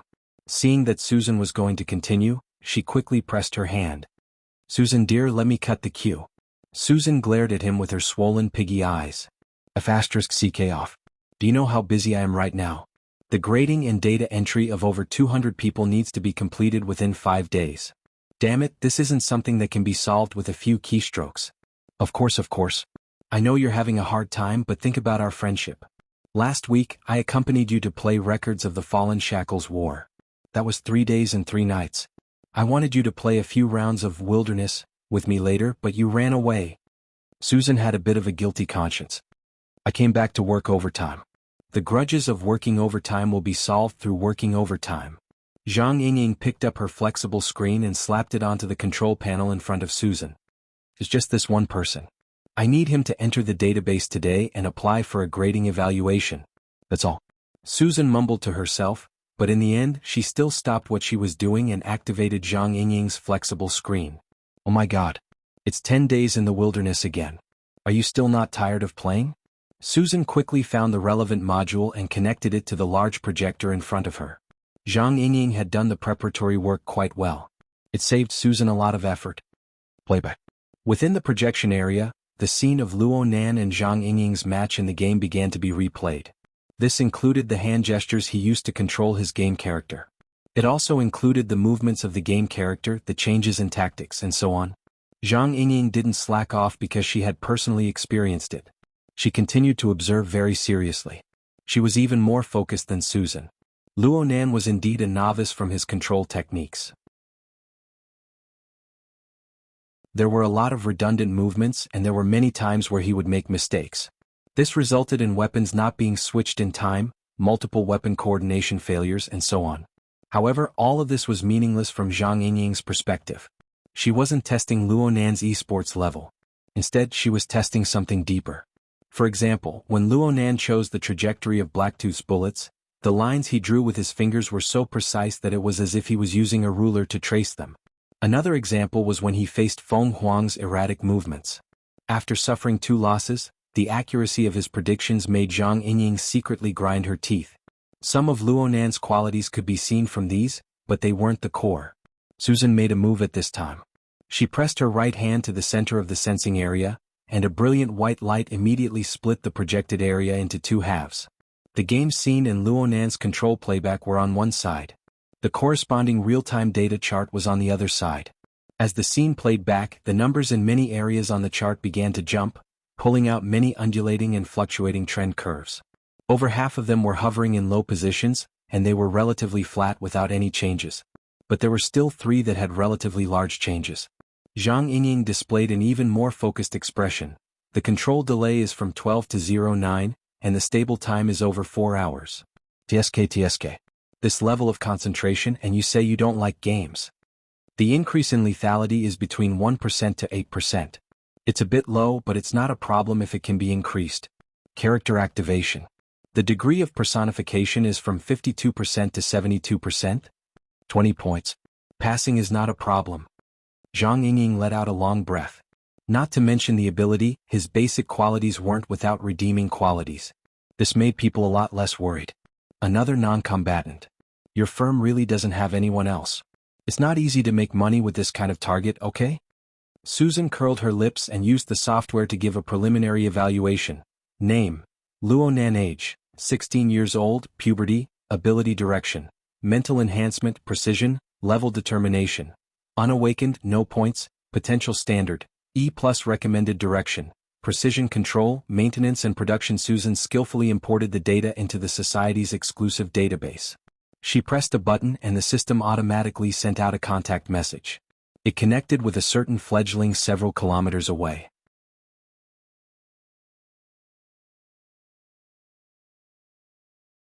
Chapter 31. Genius. 1 second. Remember if you want to go? To provide you with wonderful novels to read. Done. After finishing, Susan waved her hand to signal Zhang Yingying, who had disturbed her overtime, to scram. Zhang Yingying shamelessly refused to leave. Wait, I want to see who's participating in the actual assessment. Why do you care?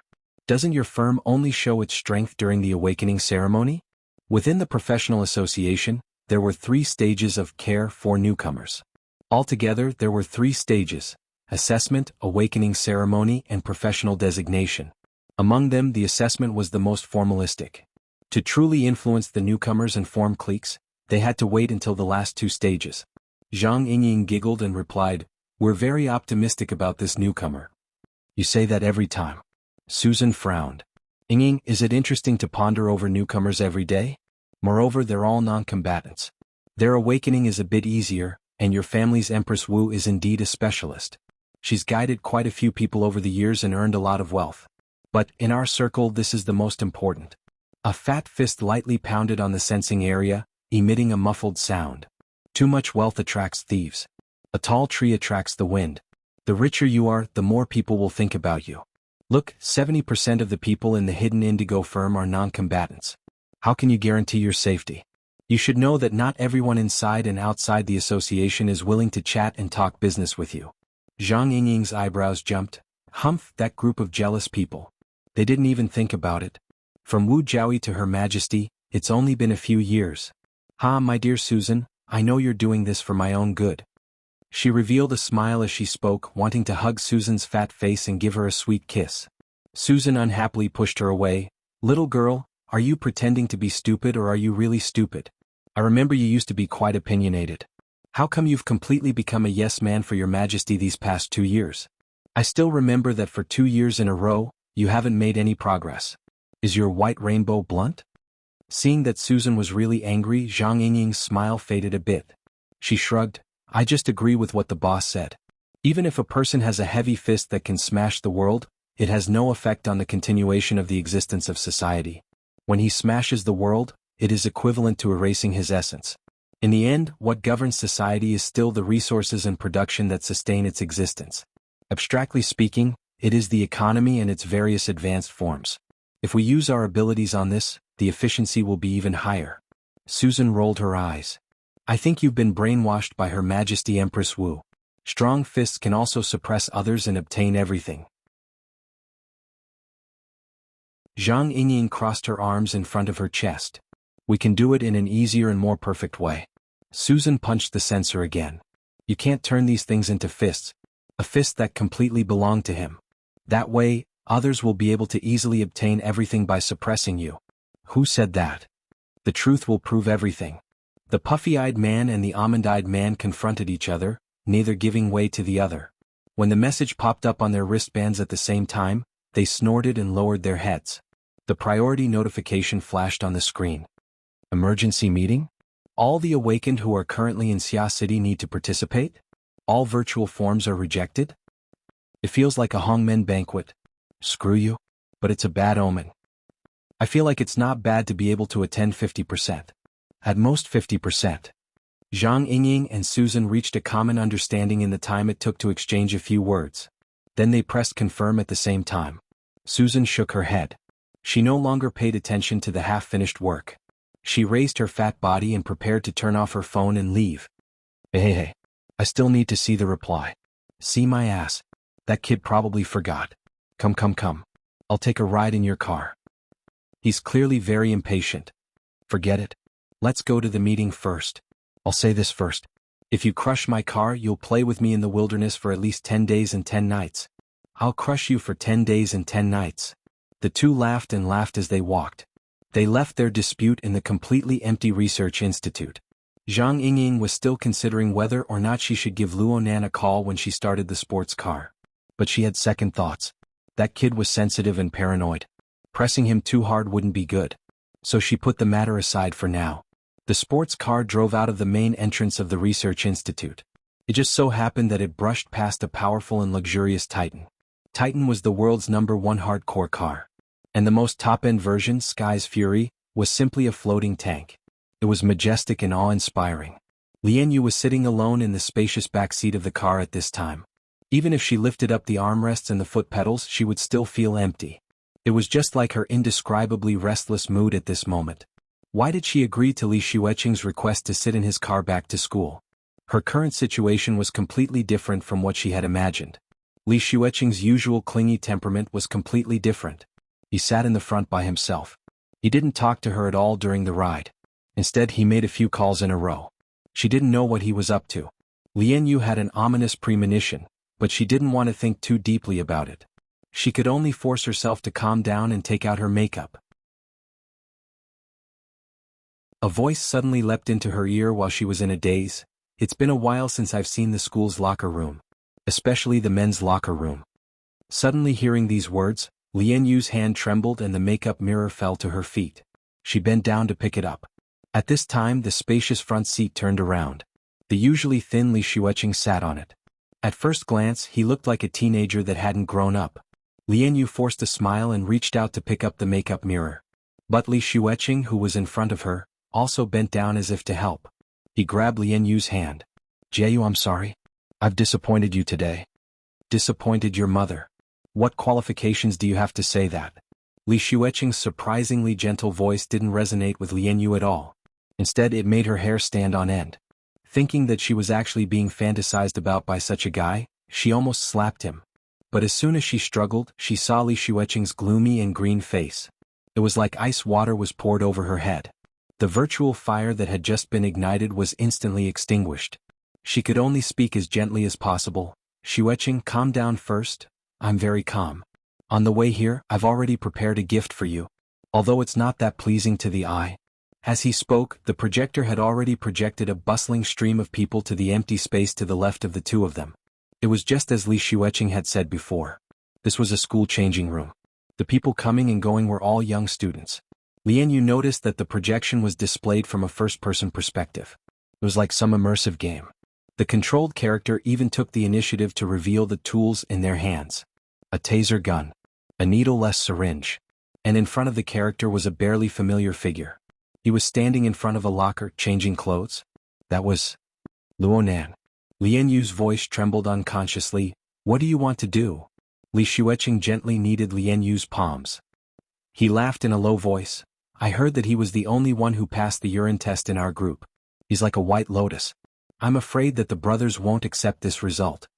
Lian Yu couldn't help but raise her voice. The police have already concluded the case. What's the point of you blocking him now? Li Xueqing had a face of astonishment. Don't they say that there's a withdrawal period when you take drugs? What's the point of taking drugs again and again? Come, let's play together. Let's go. Double the monthly vote if you think this chapter is brilliant. Support me a bit. You can also vote for me. 100 crosstalk coins to draw monthly votes, 500 crosstalk coins, 10,000 crosstalk coins, 100,000 crosstalk coins to be the leader of the alliance.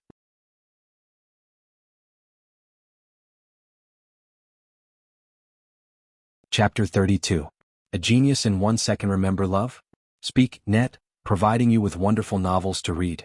On the projection inside the car, the field of view slowly advanced forward. It swayed slightly along with the rise and fall of the gate. The distance to Luonan was getting closer and closer. Li Xueqing's mood became more and more engrossed. The strength of his hand increased, squeezing Lian Yu's hand to the point of pain. His mouth was still chattering endlessly. Jianghu, did you know?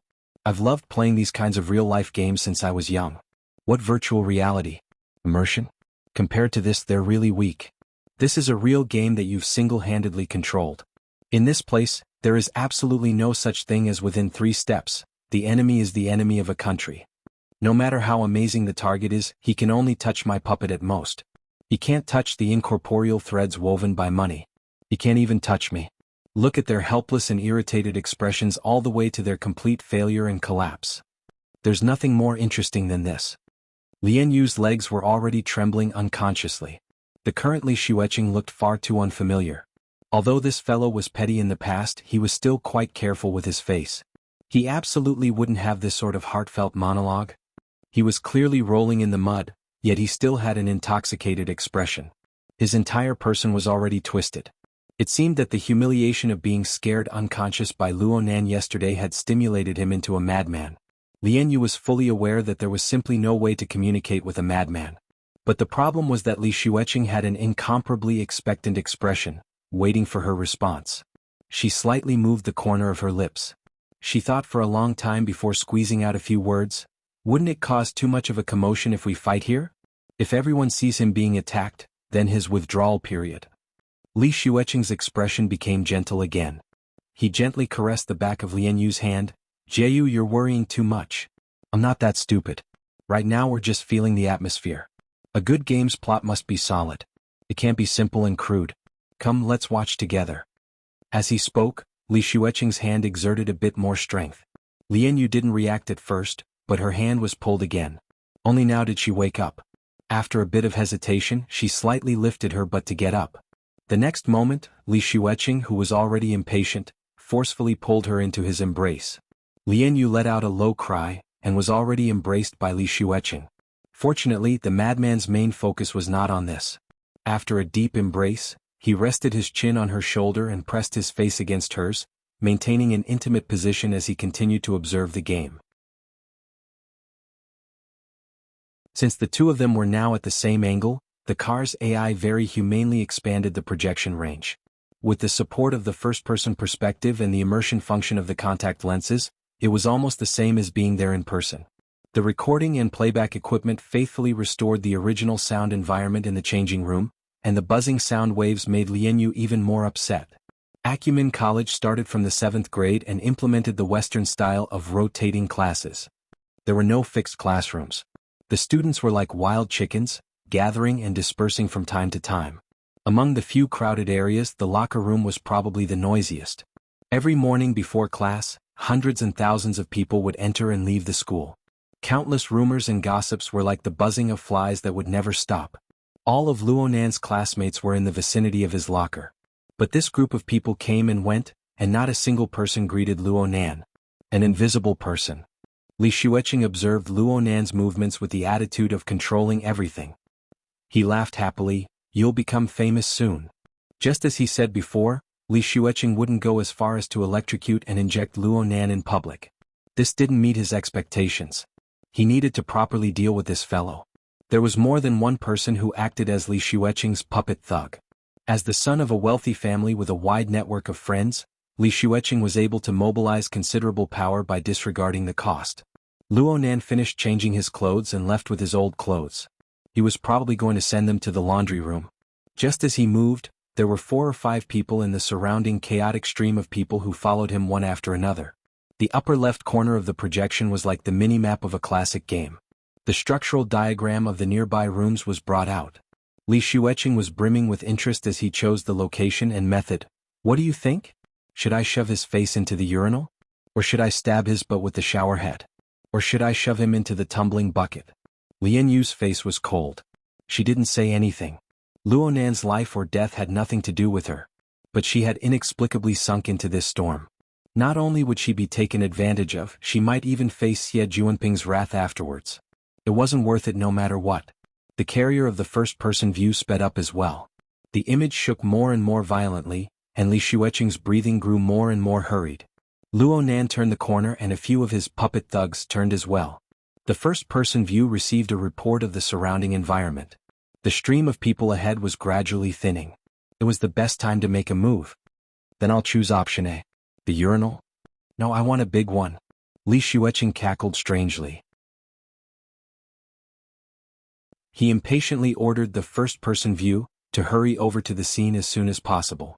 The view turned the corner and the stream of people instantly thinned, allowing Li Xueqing to see things more clearly.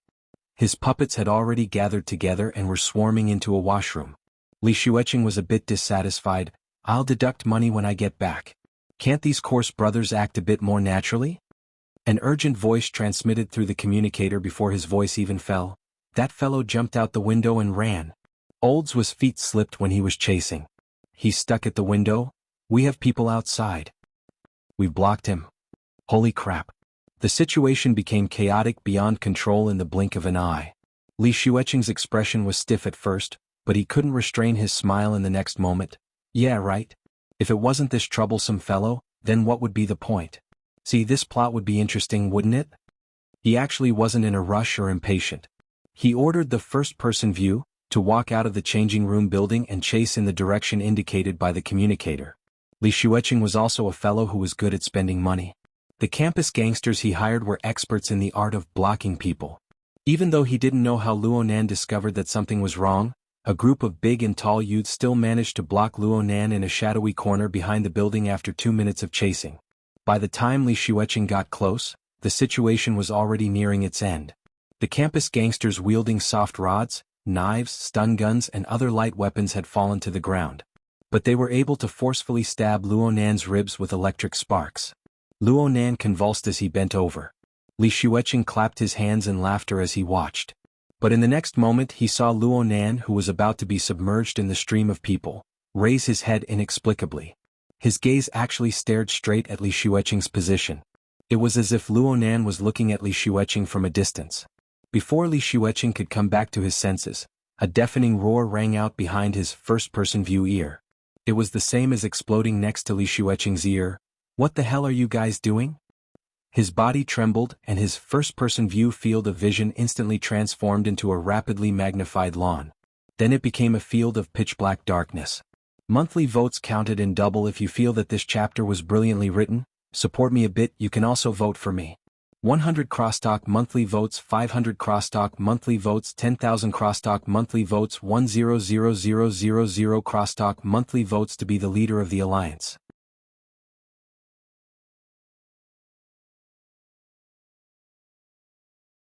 Chapter 33. Genius in 1 second. Remember Love Go? Talk Net, providing you with wonderful novels to read. The camera shot the ground at close range. The sound recorder and the like were still working. All one could hear was the sound of fists and flesh colliding. Miserable screams rang out one after another. It was noisy and chaotic. In the end, it seemed that a group of people had chased far away. Only then did the scene return to tranquility. Li Xueqing was speechless for a time. When he came back to his senses, he saw that the first-person view wouldn't be able to stand up for a while. He tried to adjust the camera remotely, his mouth still muttering, "If I had known earlier, I would have used the hovering type." The camera suddenly shook greatly. The scene changed. It cut through the building, the lawn, the sky, and the intermittent silhouette of a person. The shaking made one's eyes dizzy. "Steady down." Li Xueqing thought that the first-person view had recovered. He rushed to give the order, but he soon discovered that something was wrong. The silhouette in the shaking camera was too close. Moreover, that ice-cold and calm gaze gradually focused on the camera. How familiar was it? *CK. Li Xueqing smashed his fist heavily on the armrest. He finally understood what the current situation was. Luo Nan was currently holding the unconscious first-person view, searching for clues. And he soon discovered the problem. The shaking of the camera grew smaller and smaller. Luo Nan's face grew clearer and clearer. Lian Yu's hand grew more and more painful. She lifted her eyelids to look at Li Xueqing, who was within reach. Luo Nan probably noticed her gaze. His ashen face became a bit livelier. The corner of his mouth twitched before he finally squeezed out a smile. "This level seems to be a game. It's over." His clumsy self-mockery and Lian Yu's obedient attitude allowed Li Xueqing to recover a bit of confidence. He raised his voice, "But like I said just now, does he know who did it? If he knows I did it, can his claws reach over? For example, right now, I can say hello to him." Li Xueqing was about to switch the communicator to an external mode, but halfway through he saw Luo Nan's seemingly direct gaze. He hesitated. In the end, he laughed and stubbornly replied, "I can also ignore him." He turned off the projector as he spoke, refusing to receive any more information from the other side. He faced Lian Yu's gaze and began to talk incessantly. "Jianghu, I've understood since I was very young. The power of capital is invisible and omnipotent. Today this guy was lucky enough to survive the campus gangsters, but tomorrow he might face the real gangsters. Other than that, I have many other ways to play. His parents, family, relatives, and friends are all part of the strategy. This is the real world, unlike those games which are affected by poor programming and plot. We can play slowly." Li Xueqing's words became more and more impassioned, confidence once again filling up his chest. But Lian Yu, who was being embraced by him, only felt that her insides were swaying, filled with a deadly strong acid. Before she could hurt anyone else, it was possible that her 5 viscera and 6 bowels had already been burnt to 1,000 holes. Once Li Xueqing's frustration was gone, his lust arose. If he didn't put in more effort to get what he wanted when he was hugging a lovely baby, wouldn't he be an idiot? As soon as this thought came to mind, his breathing became hotter, and his mouth went straight to the junction between Lian Yan's neck and collarbone. Lian Jie shuddered violently, trying to dodge, but was firmly held by Li Xueqing. "Jianghu, Jianghu, Jianghu." Indistinct syllables rolled out from Li Xueqing's throat, and the heat of his entire body rose. Sky's Fury was a very good place. His previous achievements here could be said to be splendid, and today was another great victory. Bang bang bang. The car window was suddenly knocked. The force wasn't small, and it clearly carried emotions. *CK, I haven't even shaken it yet. What the hell are you knocking for? Li Xueqing was furious for a time, and he was even more furious at how the surrounding bodyguards did things. They couldn't even stop a passerby. What if Luo Nan came killing his way? Did he have to personally go and take care of him? He pressed down the car window and was about to curse, but what appeared outside the car window was Xie Juanping's ice-cold face. Li Xueqing suddenly froze in place. Xie Juanping's gaze swept over the entangled bodies in the car, and the corner of his lips hooked. "Xueqing, let's talk?" Li Xueqing got out of the car in a daze. Lian Jie curled up her body, shrinking into the car like a white lotus. Xie Junping coming over didn't surprise her, because she was the one who secretly sent him a message asking for help. However, Xie Junping's attitude from abandoning her in the wee hours of yesterday to sweeping his gaze just now, still made her feel a faint chill in her heart. She was afraid that she wouldn't be able to catch this person. If this really was the case, then Li Xueqing should be a very good candidate, but his warped appearance. Suddenly, a muffled sound came from outside while she was in a dilemma. The sound was mixed with cursing and it was sent directly into her ears. Lian Jie hastily got up to look, and the scene outside the car caused her eyes to go wide in an instant. Xie Junping sat on the ground, blood seeping from the corner of his mouth. He was a bit stupefied. Li Xueqing panted heavily, but he grinned and laughed. It was probably because his emotions were boiling, but he simply tore open his collar, exposing his thin chest. Right now his chest was violently heaving up and down with his breathing. Large patches of blood accumulated and pervaded the air. Ha! Ha! Xie Junping, I've always found you an eyesore. An idiot who can only sell his laughter without a teleprompter. Li Xueqing actually walked over as he spoke, sending out another kick. How could Xie Junping let him succeed again? He blocked the incoming kick and pulled horizontally, forcefully pulling Li Xueqing down. The two wrestled into a ball just like that. The bodyguards who caught up from behind were all stupefied, but Lian Jie still shouted, "Hurry up and separate them." The scene became even more chaotic. Lian Yu inexplicably felt that this scene was extremely familiar. She thought back somewhat absent-mindedly for a moment before remembering that the conflict between Luo Nan and Li Xueqing during their detention was more or less like this. Her slender fingers stuck into her hair, but she was unable to straighten out the tangled mess of the situation. In the end, she could only ask the heavens speechlessly, "Has this world gone mad?" The chaotic state of Acumen College had just calmed down at this time. Luo Nan raised his wristband and pressed confirm on the confirmation email sent by the International Science Exploration Society. This task should have been completed 20 minutes ago, but he never had the leisure to do so. This was because he had an intense feeling of being spied on ever since he entered Acumen College. It was like many people were staring at him with fixed eyes. At first, Luo Nan thought that it was some kind of illusion, but this feeling grew stronger and stronger. In the end, he even heard a low crashing sound. He was very familiar with this sound. It was the heavily chained crow that he visualized. He didn't know why, but it actually took the initiative to connect to reality. It was simply a copy of the Divine Soldier's warning scene from a legendary novel. Because of this, Luo Nan really did pay attention. After a few rounds of observation, he finally discovered that he was being watched by many people. He found an opportunity to jump out the window and escape. Who knew that the other side would bring out such a large force to block him in the end?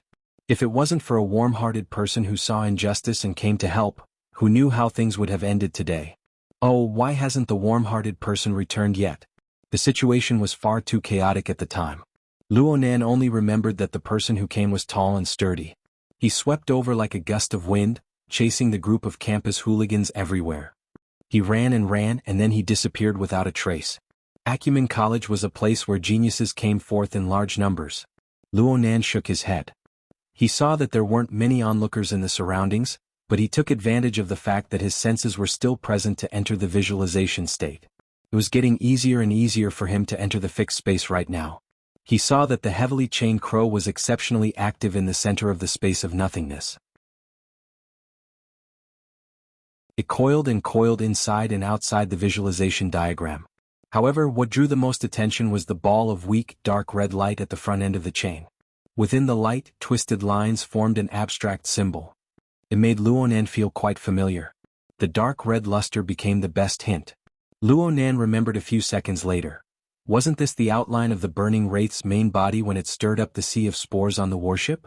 Many lines overlapped with the burning wraith when Luo Nan first drew it, but it was far from being as concise and abstract as it was now. Double monthly votes. If you feel that this chapter was written brilliantly, support me a bit, you can also vote for me.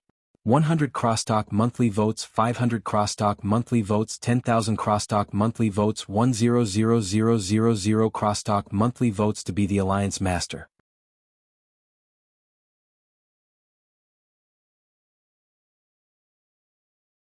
Chapter 34. A Genius in 1 Second Remembers Love?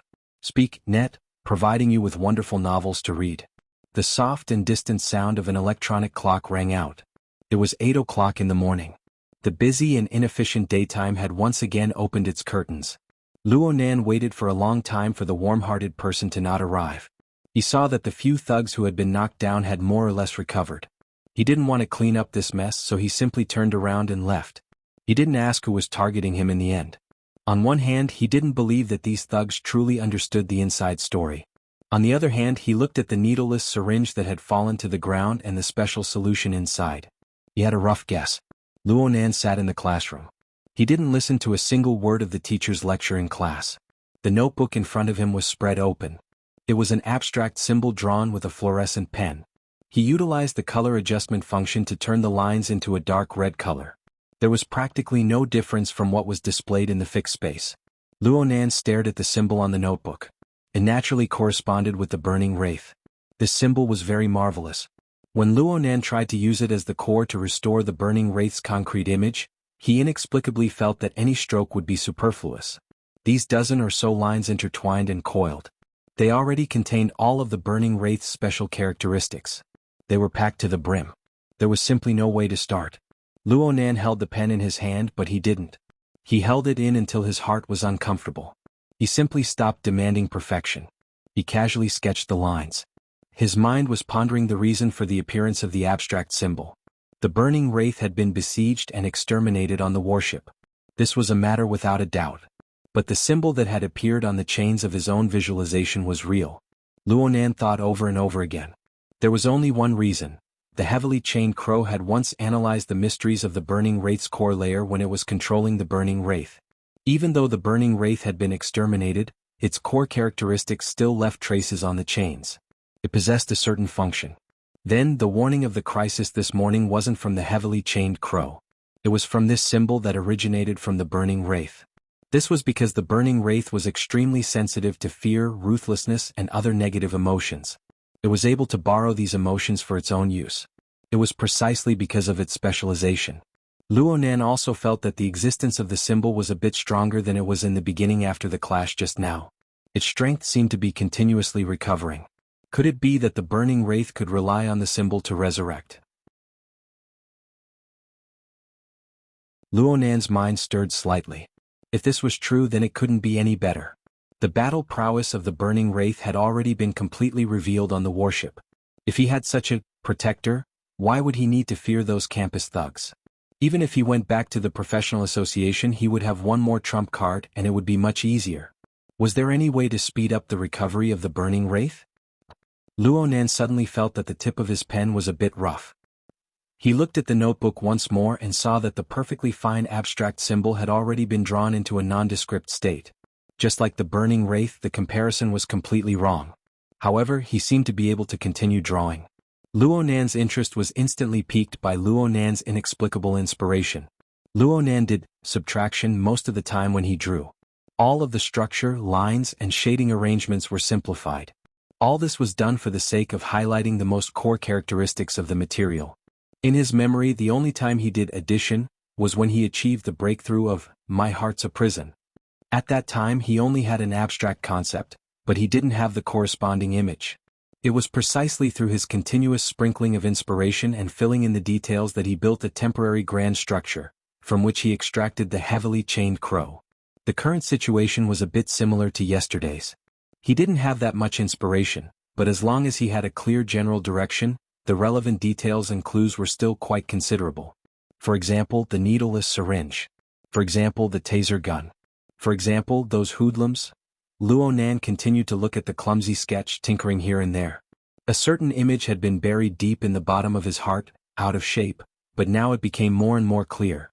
What finally appeared on the notebook was a group of blurry buildings, but it was vaguely similar to the regional structure of Acumen College. The drawing was sloppy and blurry.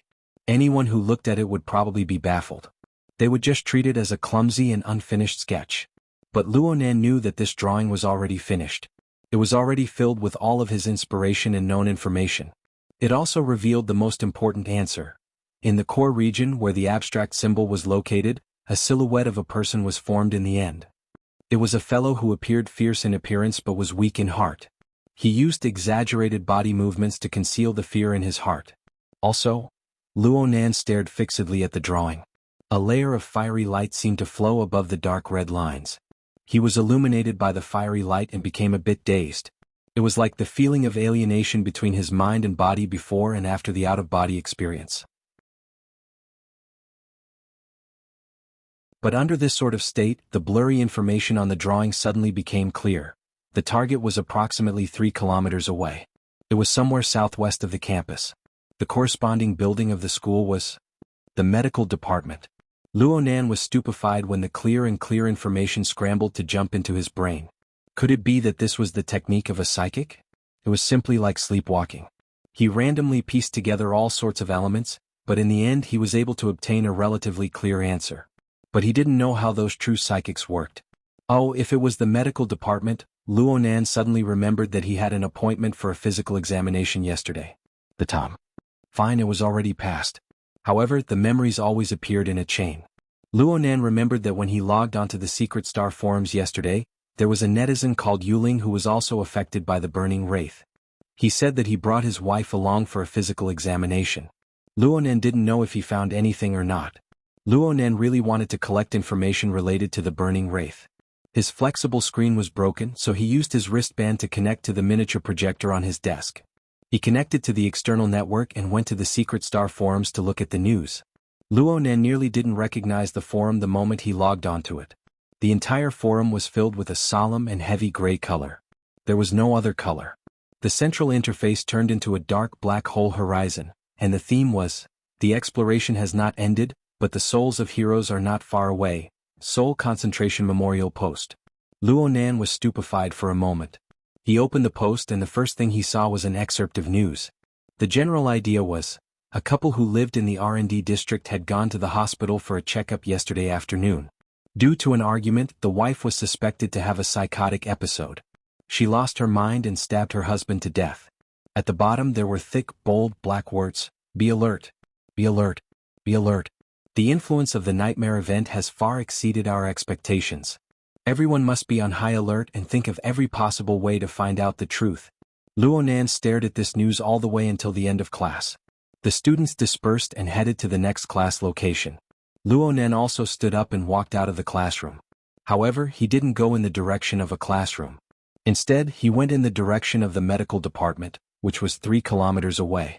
However, not long after he walked out of the classroom he felt slightly dizzy. Double monthly ticket. If you think this chapter is interesting, please support it. You can also vote for it. 100 cross-court coins monthly ticket, 500 vertical coins, 10,000 cross-court coins, 10,000 cross-court coins to be the leader of the alliance.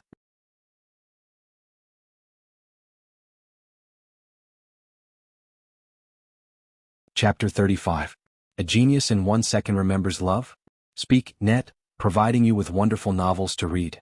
Luonan stood firm with a single step, enduring the initial period of dizziness. After a while he tried to move his hands and flexed his toes. Sure enough, he discovered that some of his fingers and joints were sore and numb. His entire body felt as if he had drunk too much alcohol. His reaction sensitivity had inexplicably dropped by a level.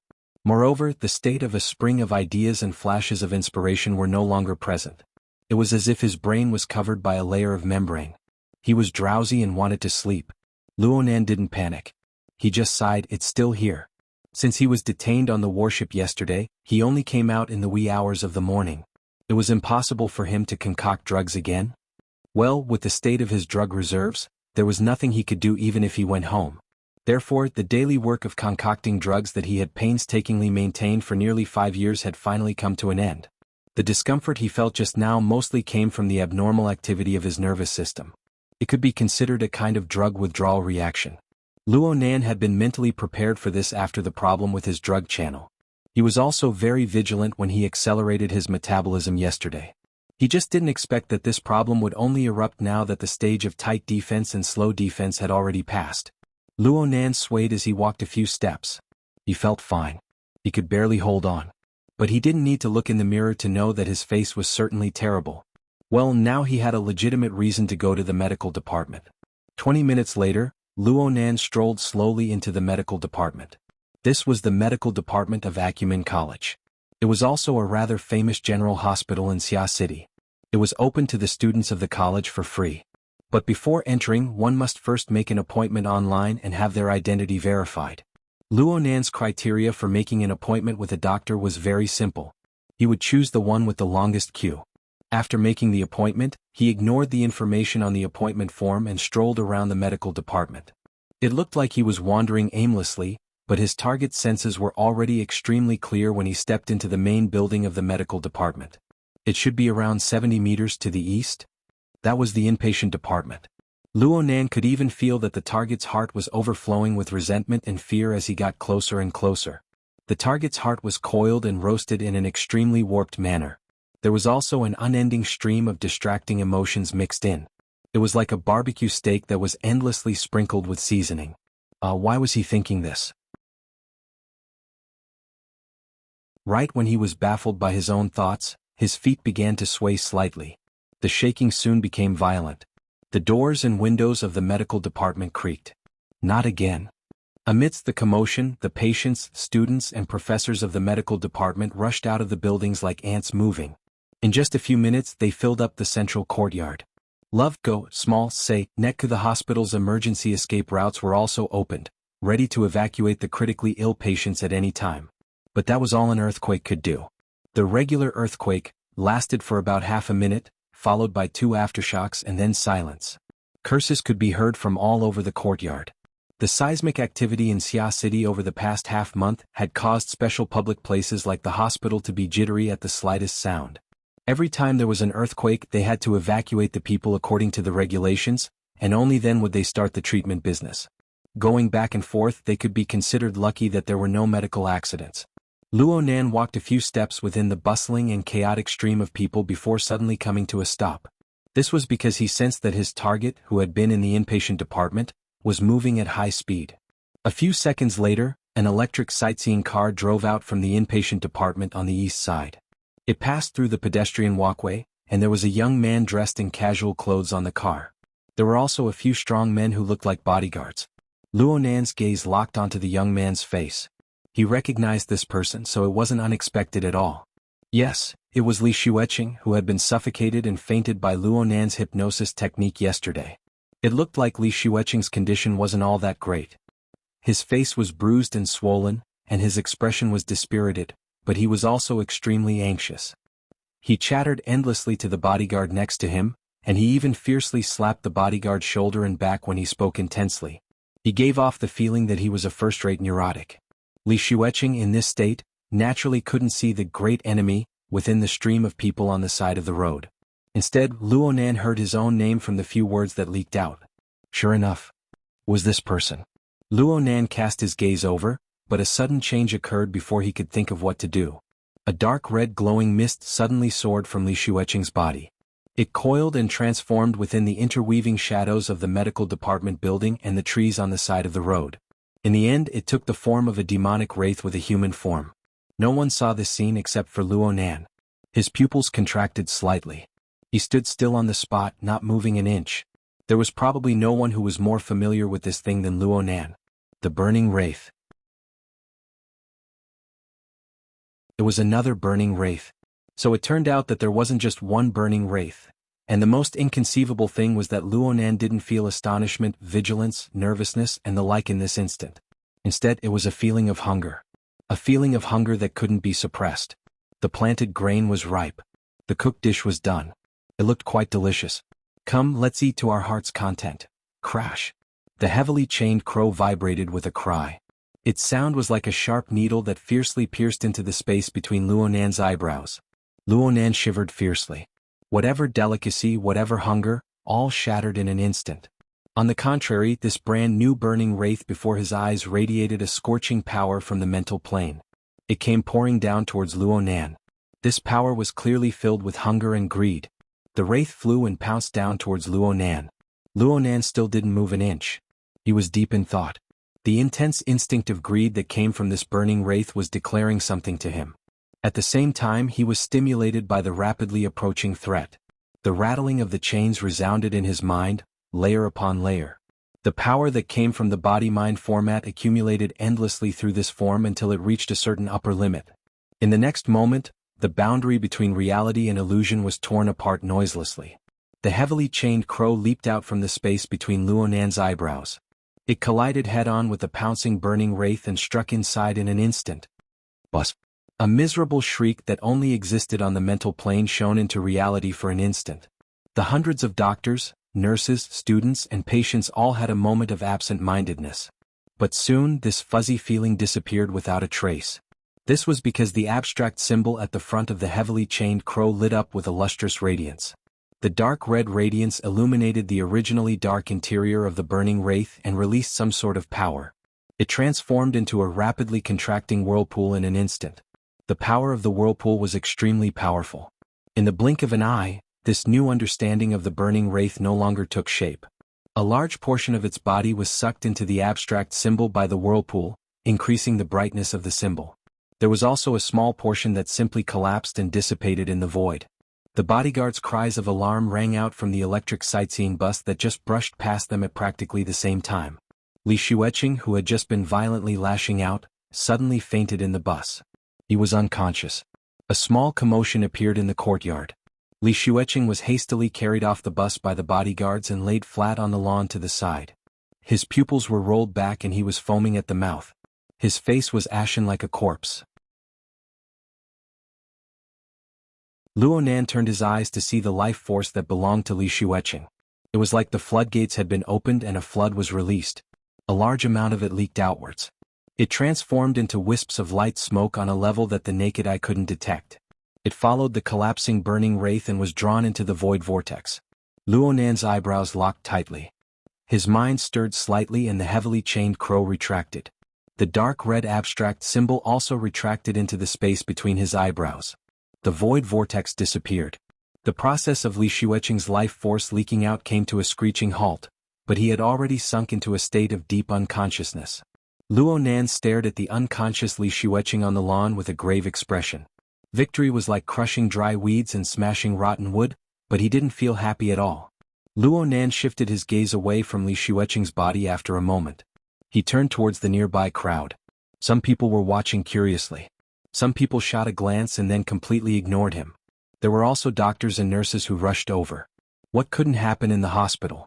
Everything was a change in reality that people could understand. But who knew that on a plane that they couldn't touch, there were incorporeal wraith arrogantly coming and going, eroding people's hearts and sucking away their essence and energy? Luonan was one. Li Xueqing was another. Perhaps the sole couple that had a human tragedy happen were also of this type. How many more? Just how many demons had been released from that roar in the R&D district? And how many had taken form and plotted to take human lives like this? Not only that, but there was clearly competition and devouring relationships between the burning wraith. They formed a faintly discernible web of a food chain. Luonan stared blankly at the clamoring courtyard. Is this still the world I know? Double monthly vote if you think this chapter is brilliant, then support me a bit. You can also vote for me. 100 crosstalk monthly vote, 500 crosstalk monthly vote, 10,000 crosstalk monthly vote, 100,000 crosstalk monthly vote to be the Alliance Master.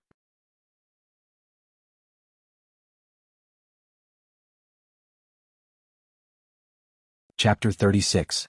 Genius 1 second. Remember, love, go? Speak, net, providing you with wonderful novels to read. The office of the Xia City branch of the International Science Exploration Association was located on the 18th floor of the Shangding Triplex office building in the Lilan district of Xia City. The location was a bit lower, only 50 meters above the ground. It was the limit of low-altitude public transportation for civilians. However, the rental prices for the floors below were quite cheap. The Wilderness Explorers branch of the association rented all the space from the 1st to the 17th floor in one breath. They remodeled and opened up many spacious areas for the activities of the members. From the perspective of the ordinary employees working in the association, the Wilderness Explorers were a bunch of lunatics who had money but nowhere to spend it. They could rent an excellent location in the central business district with the money for remodeling. They could do whatever they wanted. Why did they have to spend so much energy remodeling while the vast majority of the facilities were still unused? The most typical example was the luxurious round conference room on the bottom 3 floors. It could accommodate over 1,000 people discussing business here, but it had been used less than 10 times in the 10 years since it was built. Today the conference room finally opened once more. Several hundred people entered one after another. The employees of the association, who usually had nothing better to do, were stupefied. How could Xia City have this many wilderness explorers? The employees couldn't see the organizational materials of the conference. They didn't know the contents of the conference, the time schedule, and so on. They just felt that the conference was very long. They went in the morning. It was past lunchtime, but it still didn't end. No one came out to avoid the earthquake in the middle. Speaking of earthquakes, the white-collar workers working nearby discovered that the number of earthquakes they felt seemed to be much more than the number of earthquakes reported by the Earthquake Bureau. They felt at least 10 or 20 earthquakes. Even so, the wilderness explorers still calmly held the conference. They really were brave. September 28, 2096, 2 o'clock in the afternoon. The interior of the round conference room was dim. A small half of the lighting equipment that simulated skylight had been turned on all year round. The shadow that spread out on a large scale covered the messy conference room and seeped into the hearts of the participants. Zhang Yingying gently grasped Susan's plump hand. The body temperature of the two combined, causing the chill in the dusky darkness to slightly retreat. Susan was muttering some words that no one could understand.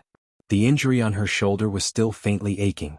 2 centimeters more and her carotid artery would have been torn.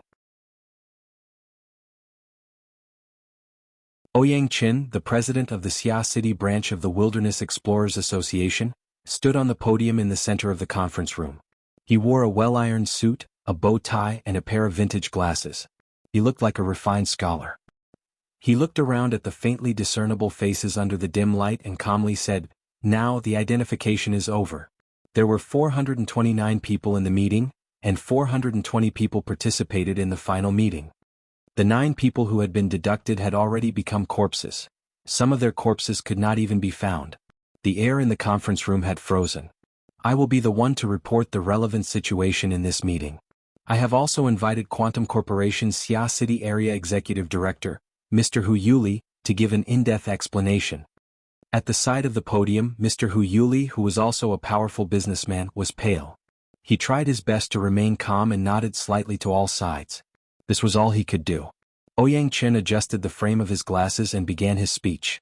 The projector behind him began to operate at the same time, displaying the ruins of the R&D area. First of all, a brief explanation. Quantum Corporation, the government, and the military have jointly conducted research on the mutant in the Xia City R&D area's mutant laboratory. This project has been going on for 2 years now. And roughly half a month ago, Quantum Corporation switched the test subject. This is a special species. It is a rarely seen parasitic state of the Darksider life form towards the mutant. Its code name is human-faced arachnid. A large number of pictures flashed on the projection. They were all related files that had been preserved in the laboratory. The participants stared coldly at all of this and continued to listen. Yesterday, which is September 27th, around 5:13 in the morning, a facility operator in the laboratory was controlled by the Darksider life form. He forcefully destroyed the power supply. And before the backup power supply was activated, the Darksider life form drove the mutant in an attempt to escape the laboratory. Quantum Corporation carried out a control of the situation. At 5:19 the mutant was killed. The Darksider life form separated from its host.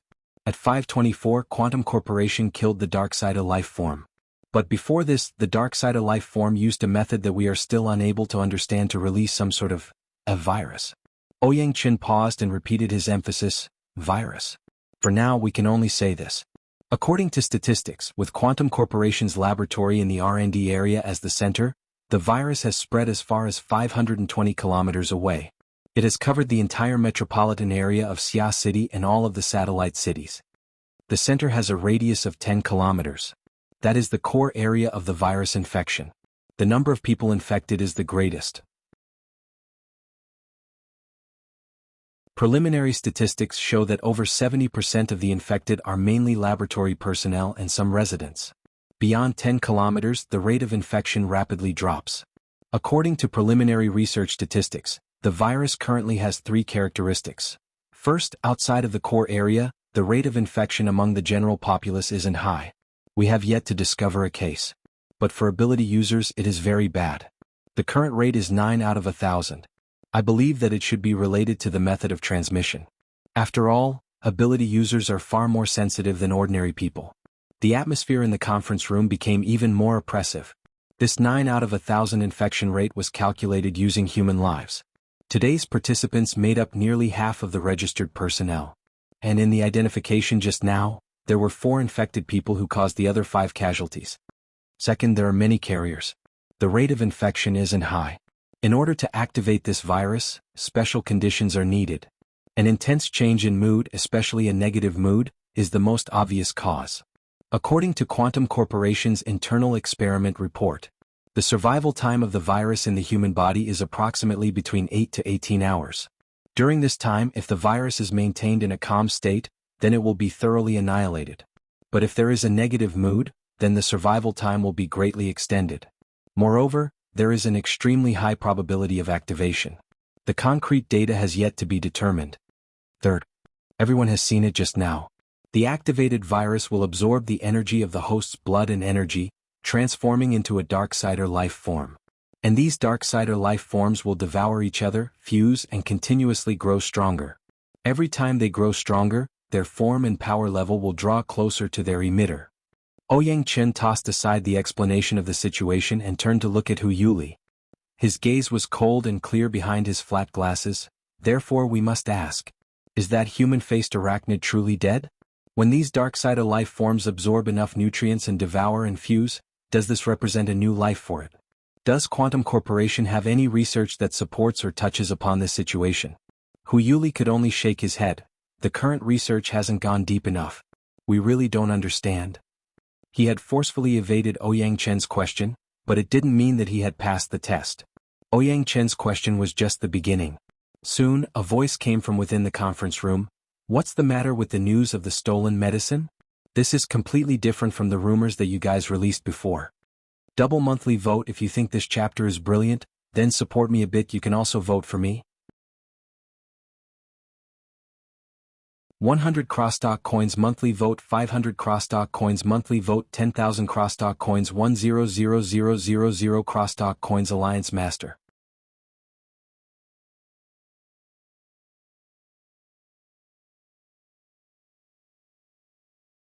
Chapter 37. Genius 1 second. Remember, if you want to go? Talk. Net provides you with wonderful novels to read. Hu Yuli had a bitter smile on his face. We really did report that the laboratory drugs were stolen, but that was done by staff members taking advantage of the chaos. We didn't realize the gravity of the situation at first and focused our attention on searching for the drugs. Reality has proven that this direction was completely wrong. Really? Zhang Yingying grimaced in pain after accidentally twisting her wound below the stage. However, she didn't believe Quantum Corporation's words so easily. On one hand, she trusted her own intelligence channels. On the other hand, she didn't trust Quantum Corporation's usual methods. She spoke to Susan in a low voice. These people have always been cold and aloof.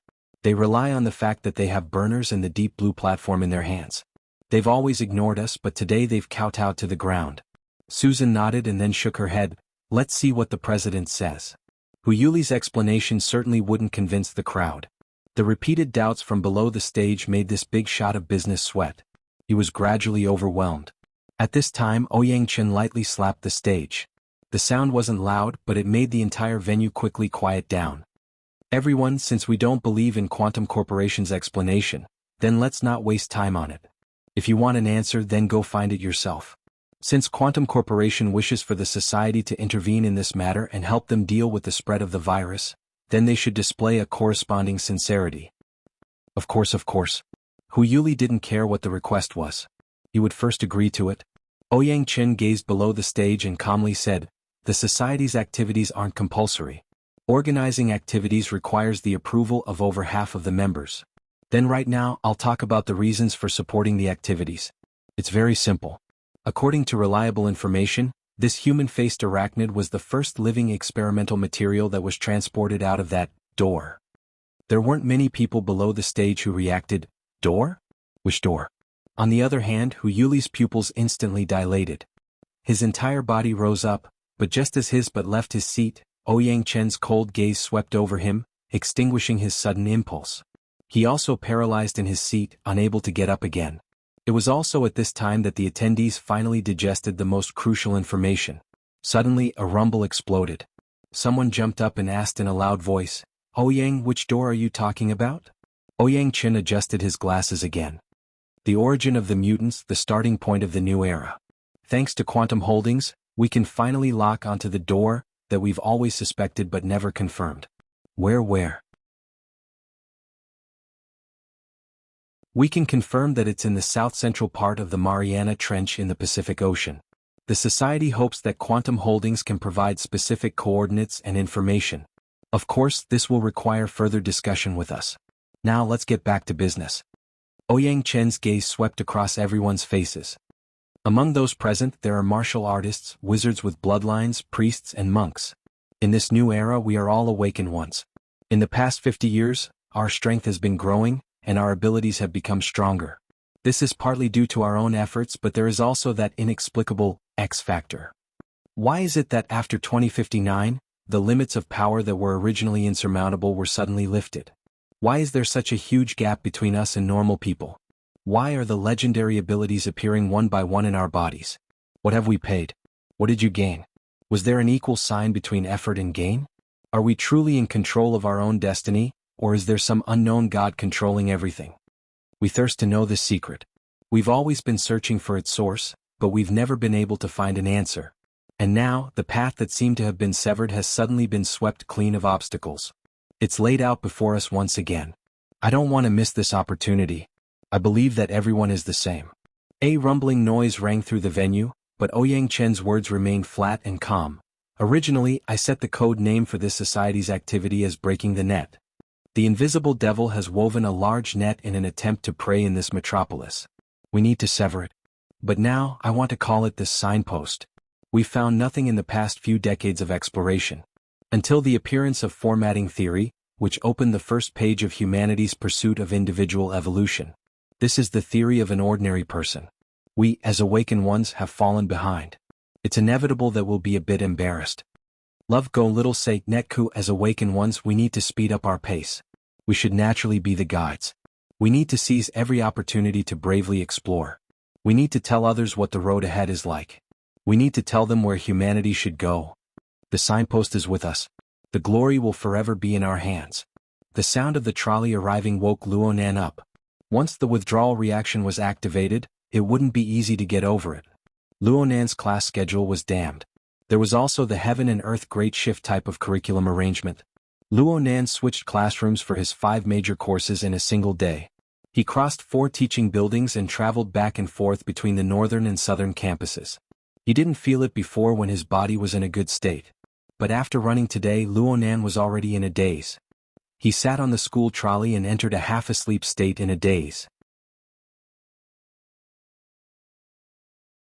He slapped his cheeks to raise his spirits and slowly got off the trolley. Right now it was 3:40 in the afternoon. It was time for club activities. Luonan's destination was the Precision Electronics Interest Society. The Precision Electronics Interest Society invited experts from various electronics manufacturing companies to conduct maintenance teaching. It was also a heaven for enthusiasts. Luonan's goal was naturally to repair the damaged flexible e-ink screen. He was used to getting damaged tools. He felt restricted everywhere. It was even worse than the withdrawal reaction. However, his luck seemed to have been used up during the psychic drawing in the morning. The Precision Electronics Interest Society had already made the maintenance teaching business soar. Business was booming. Today they invited a super expert in the industry. Maintenance workers, enthusiasts and help seekers filled the spacious business hall to the brim. He squeezed through the crowd for 20 minutes just to get a reservation number. In the end, Luonan really couldn't stand the crowded flow of people in the hall. He hid outside and breathed in the fresh air. But the dizziness and excessively keen senses invaded him. The afternoon sun pierced through the shade of the trees and fell on Luonan's face. This was the first time he felt that the autumn sun was actually this hot. Half of his cheeks were practically burning. He could even smell the burnt smell of roasted flesh. This was, without a doubt, an illusion. Luonan stopped at the side of the road and stood like a nail. His lips slightly squirmed as the 16 words of mantra flowed from his mouth to his heart. They flowed like an icy spring, gradually washing away and submerging his blurred and dazed thoughts. A shadow streaked across his half-lidded eyelids just as he was feeling better. Luonan suddenly opened his eyes, startling the waving person. The waving person took half a step back and lowered his elbow, blocking between the two people. The person realized that he had overreacted after finishing his action. He laughed awkwardly. "Classmate, are you alright? Double monthly vote if you think this chapter is brilliant. Support me a bit, you can also vote for me." 100 crosstalk monthly vote, 500 crosstalk monthly vote, 10,000 crosstalk monthly vote, 100,000 crosstalk monthly vote to be the leader of the alliance.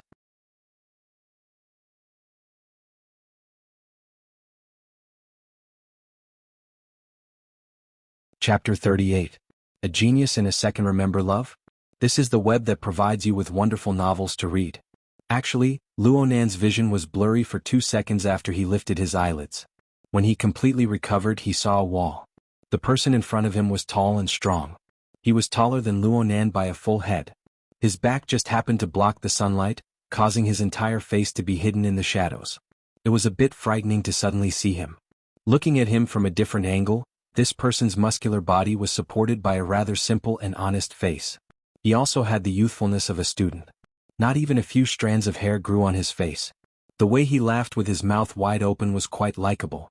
Luonan recalled a bit and knew that his deadpan face and the image of him muttering to himself were too eye-catching.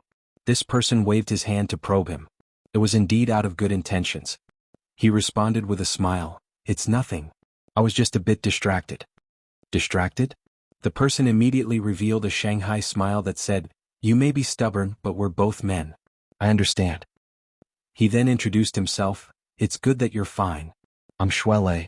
I'm from the River Wu district. 10th grade. Luonan. I'm also from the River Wu district. 10th grade. Huh. You're also in the River Wu district? I'm on Twin River Road. Where are you? Blue Bay Community. I just moved there not too long ago. That's not too far. What a coincidence." Shuelei clapped his hands and laughed heartily. "It's fate for us to meet on different paths. You can just call me Leister. This must be the path of chivalry." Luonan choked on the person's Wuxia style of speech. He didn't know if it was intentional or not. He was actually speechless for a time. However, Shuelei's big mouth was completely capable of holding up the situation. "I'll just call you Nanster. Fate is fate. I actually walked past you just now. I was just listening to the resonance of your breathing. It hummed like you were chanting. It was like breathing, but it wasn't. I saw your expression. I'm afraid something went wrong with your training. Hey, it's good that you're fine. It's good that you're fine." Luonan's mind stirred when he heard the words breathing, training, and so on. He sized up Shuelei's body. He noticed that what Shuelei was wearing was actually a little strange. It looked like the training clothes of a fitness center. It was light gray in color, and the logo on the left side of his chest was a 3-legged cauldron. It was very memorable. Shuelei noticed where Luonan's gaze was directed and puffed out his chest. "This is the training uniform of our dojo. Not bad, right?" It's you?" Luonan didn't answer the question. It was probably because a certain memory had surged up from the bottom of his heart. The burly figure and the gray coat looked familiar no matter how he looked at it. Shuelei didn't understand. "You know me?" Luonan reminded him. "This morning, outside the main changing room in the South 2 district." "It's you?" Shuelei also recognized Luonan, but his reaction was very odd. He first shot a glance behind Luonan before speaking in a low voice. "You should be fine. That group of people should have dispersed. Yes. Many thanks for lending a helping hand." Luonan also expressed his thanks in the style of the chivalrous path. Sure enough, the burly classmate in front of him was the warm-hearted person who helped him out this morning. In the huge campus that could accommodate hundreds of thousands of people, the chances of them meeting again were too small. It's nothing. I just happened to be passing by." Shuelei waved his hand over and over, but he didn't say more than 2 sentences. His face was full of excitement. "Nanster, I can see that your body is a bit weak, but your hands are quite nimble. You're very particular about where you hit. Have you practiced before?" Shuelei even gesticulated as he spoke. He was just short of touching Luonan's body to demonstrate. Luonan didn't know if he should block it or not. A voice suddenly called out from behind Shuelei at this time, "Leister, what are you doing?" Shuelei's body froze when he heard this. He withdrew his hands with a swish and put on a smile. Then he turned his head. "Xiaolin, I know a classmate here." A tall and skinny girl walked over a few seconds later. She naturally hooked her arm around Shuelei's crook, making their relationship clear. Not to mention anything else, their sizes were quite compatible. Shuelei promptly introduced them. "This is my girlfriend, Qin Xiaolin. She's 1 year older than us. This is Luonan. He also lives in the River Wu district around Blue Bay." Luonan smiled and nodded, not saying much. Qin Xiaolin had short and thin hair. She wore jeans paired with a simple white top. She looked very straightforward and efficient. The outline of her face was extremely clear. The corners of her eyes were slightly raised, giving her a shrewd and fierce look. It was easy to tell who was stronger and who was weaker compared to the simple and honest Shuelei. However, Qin Xiaolin was extremely mellow when it came to dealing with people. She called Luonan Jr. and greeted him with a smile. She grasped her attitude extremely well. Luonan saw that the two were together, so he didn't want to disturb them any further. He prepared to leave, but he certainly had to solemnly thank Shuelei for his kindness in helping him. About this morning, Luonan had just opened his mouth when Shuelei gave him a wild look. Luonan was stunned for a moment. He then saw Qin Xiaolin frown to the side. He knew that there was some hindrance involved. It wasn't suitable to speak openly. He thought for a bit and simply extended his hand. You guys go do what you need to do. Leister, let's add each other as friends. Is that okay? Of course. Of course. Shuelei chuckled as he extended his hand and touched Luonan's wristband. Buzz buzz buzz. Buzz buzz buzz. Their wristbands vibrated at practically the same time the moment they touched. The momentum was astonishing. Oh my! Twin swords harmonize. Shuelei cried out in surprise. In the end, he let out a miserable groan as Qin Xiaolin fiercely pinched him at the waist. Luonan confirmed that this was a high level of authority transmission of information. The notification vibrated. He raised his wrist to confirm. The sender was the professional advisor of the 10th years, Li Mingda. He wanted Luonan to come to his office at 5. It was probably because of yesterday's truancy and absence from exams. Shuelei finally reacted to the situation. After confirming the information, he grimaced in pain. Nothing good can come out of a summons from Elder Mingda. Luonan raised his head to look at him. You too? Shuelei blinked his eyes. What? After a moment of stupefaction, Shuelei immediately came to a sudden realization. He looked at Luonan again with the meaning of fellow Taoist. You didn't join a society either? Luonan immediately confirmed that his previous judgment was slightly off. Right now, Shuelei was already complaining to himself. He spread his hands. I really want to join a society, but I've gone to those martial arts clubs and fitness clubs. They're far worse than our Daoguan. It's really boring. Alright, let's go together? My time is 5 o'clock. Shuelei was overjoyed. I'm also at 5 o'clock. Let's say we're fated. Let's go together. Qin Xiaolin thought of something to the side. She asked Luonan, you didn't join a society. So you're a new student who just got into the school? Luonan nodded in response. Qin Xiaolin's eyes suddenly lit up. Junior, which high school did you go to? Like Leister, the River Wu Experimental School? No, I went to 6th High. Xia City 6th High? A famous school. But it's quite far from the River Wu district. I used to live in the Nade district. I only moved to the River Wu district after I got into Acumen College. Nade district? That's already the core district. The houses there are all sky-high prices. It's all right. Luonan was a bit unable to handle Qin Xiaolin's questioning of his family's assets. He wanted to retreat even more. But Qin Xiaolin already smiled and suggested, it's almost 4 o'clock right now. With Advisor Li waiting, we can't do anything. Why don't we go sit at the cold drink shop? You guys can go when it's time? Shuelei naturally agreed. Luonan looked at Shuelei and found it hard to refuse. He nodded and agreed. Double the monthly vote if you think this chapter is brilliant. Support me a bit, you can also vote for me. 100 crosstalk monthly vote, 500 crosstalk monthly vote, 10,000 crosstalk monthly vote, 100,000 crosstalk monthly vote to be the leader of the alliance.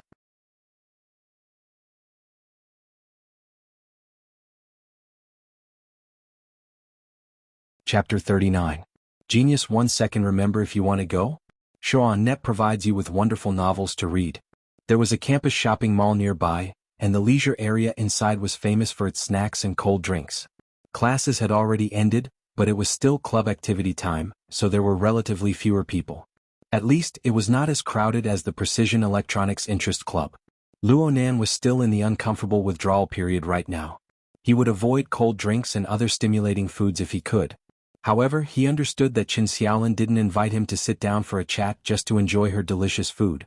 Sure enough, as soon as the service robot placed the snack platter on the table, Qin Xiaolin said to Shuelei, "Consultant Li called you over this time. I won't mention anything else, but as long as it's related to the club, Just deal with it casually. Don't say or agree to any substantive promises or operations. Shuelei was confused. What do you mean? Luonan knew that Qin Xiaolin's words were directed at him. However, this was not a good time to say anything. He raised his head and listened attentively. When Qin Xiaolin faced Shuelei, some words were easier to say. Of course it's because I'm afraid you'll be fooled. The school's clubs are too complicated. It's a three-way game between the school, the teachers, and the students. If you don't understand the situation, it'll be easy for you to suffer losses. She knew that she wouldn't be able to convince him after saying all this, so she decided to try to move his emotions instead. Anyway, I won't harm you, right? Shuelei could only nod. Qin Xiaolin turned to face Luonan. Junior, you need to know yourself and your enemy in everything. You need to plan before you make a move. Don't you agree? Luonan could only smile. Qin Xiaolin immediately followed up by saying, Junior, you've been here for nearly a month. You should know that Acumen College is essentially an experimental school. It's a combination of East and West. The atmosphere and methods are all different from previous schools. Many people who come here are more or less not used to it. This requires everyone to help and coordinate with each other. Actually, I suggest that you join the Mutual Aid Association. Mutual Aid Association? This school's student council has specially set up a mutual aid organization for students like you and Shuelei who are halfway into the school. The goal is to allow everyone to adapt to Acumen College's ecology and atmosphere as quickly as possible. There are many seniors in there who can impart their experiences to me and help me solve my problems. Really? Luonan was a bit embarrassed. He didn't really want to get involved in this sort of thing. Qin Xiaolin, on the other hand, was very enthusiastic. Let's not talk about anything else. Tonight is the annual Mutual Assistance Buffet Party. Many seniors will be coming. Some of them have been in the academy for more than 7 years and are about to graduate. They have a lot of experience. Chatting when you have nothing to do can expand your network. Chatting when you have something to do can solve a lot of problems. Junior brother, you really shouldn't miss this opportunity. Luo student, you can't just by chatting. We can, you can't, you can, you want. Right when Luonan was thinking about how to refuse, his wristband vibrated slightly. The reservation number of the Precision Electronics Interest Society was already a reminder. Luonan let out a breath of relief and raised his wrist. Senior, Lun, Luo for my turn. We should I my turn. We later. Yi. Qin Shi. Qin Shi sister. Shi Feng Dong. You. You. Qin. You time. Brother. Li Shuelei reminded him from behind, don't forget to go to Elder Mingda's place later. Luonan tossed the matter of the Mutual Help Society to the back of his mind and hurried back to the Precision Electronics Interest Society. Not long after, his number was called. He followed the small and exquisite guiding ball to the maintenance area. This place was much quieter than the lobby. He could see a few young students behind the maintenance desk. They were surrounding a middle-aged technician discussing some problems. Someone saw Luonan come in and looked at the reservation form. The flexible e-ink screen was damaged by external forces. The repair costs are high. It may not be completely restored. It's more appropriate to find a manufacturer to replace it. Luonan sat in front of the desk and whispered, it's a piece of equipment. His words made over half of the people turn their heads. The person who was looking at the reservation form laughed. It's amazing to be able to do something with the flexible e-ink screen. Why don't you fix it yourself? I see that this screen is from 5 years ago. It's the perfect time to upgrade it. Luonan hesitated for a moment before speaking. That person isn't here anymore. Oh, that's a pity. The middle-aged technician raised his head at this time. He looked like a very amiable person. He laughed. Then let's take a look. If you have any good ideas, let's compare them. Thank you, teacher. Luonan nodded in thanks. He removed the flexible e-ink screen from his notebook and passed it to the back of the maintenance desk. The middle-aged technician glanced at it and his eyes lit up a bit. Jellyfish board? This isn't easy to do. Many external modules don't have space. Did they move a lot inside? Dismantle the machine, dismantle the machine. Worker Zhai, you do it yourself. The students were all raring to go. Worker Zhai didn't decline. After all, a group of students who hadn't graduated had no idea how to dismantle a highly integrated electronic device like the flexible e-ink screen. Dismantling a flexible e-ink screen with a thickness of only 2 millimeters was definitely a job that required meticulous patience. Worker Zhai's gentle temperament was just right. As he dismantled the screen, he casually explained the main points and difficulties of dismantling the screen to the students. He explained the profound and simple terms. Even Luo Nan, who didn't know a thing about this, had some basic concepts as he listened. But as the dismantling progressed, Worker Zhai gradually stopped talking. His expression became more and more unsightly. He wasn't the only one. A few students saw that something was wrong. They began to whisper to each other. Worker Zhai really was patient. He spent a full half an hour to dismantle the entire flexible e-ink screen into 2 pieces, completely revealing the internal structure. Only then did he stop. At this time, the inspection equipment of the control desk naturally cut in and scanned the situation of each component. As the equipment displayed all sorts of data, the buzzing sounds of discussion grew louder. Finally, the student who took the job first couldn't help but say to Luo Nan, "Hey buddy, you didn't come here on purpose to mess things up, right?" Luo Nan was stunned. He didn't understand what Worker Zhai meant at all.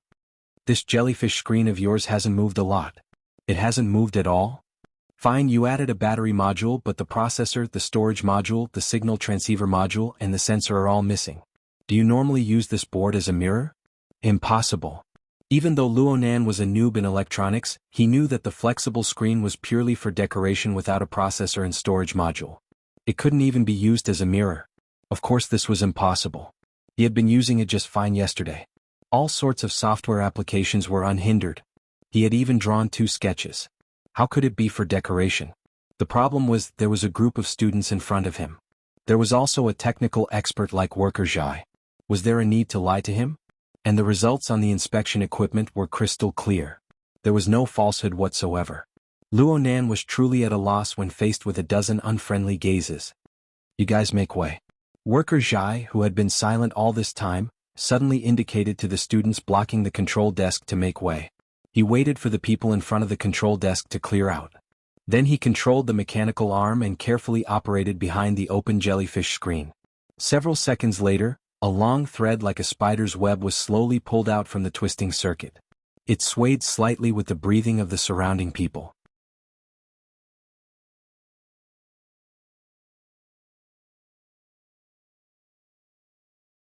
Chapter 40.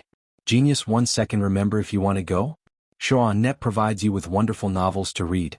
The long wire was actually not too long, about 7 or 8 centimeters, but compared to the fine circuit, it naturally felt different. Love go, small say, netku. As the long thread was pulled out, the attention of the group of students naturally shifted. Someone asked, "What is this? Metal? It seems to be quite resilient. How did you get in? Did it exist before?" Worker Zhai did not give an answer to the above question. As he looked at the actual object, he also looked at the scanning results of the machine. A moment later, he put on a thin film glove and removed the long thread from the mechanical arm. "The weight isn't right. It's quite heavy." As he spoke, Worker Zhai prepared to place the long thread on an electronic scale at the side to weigh it.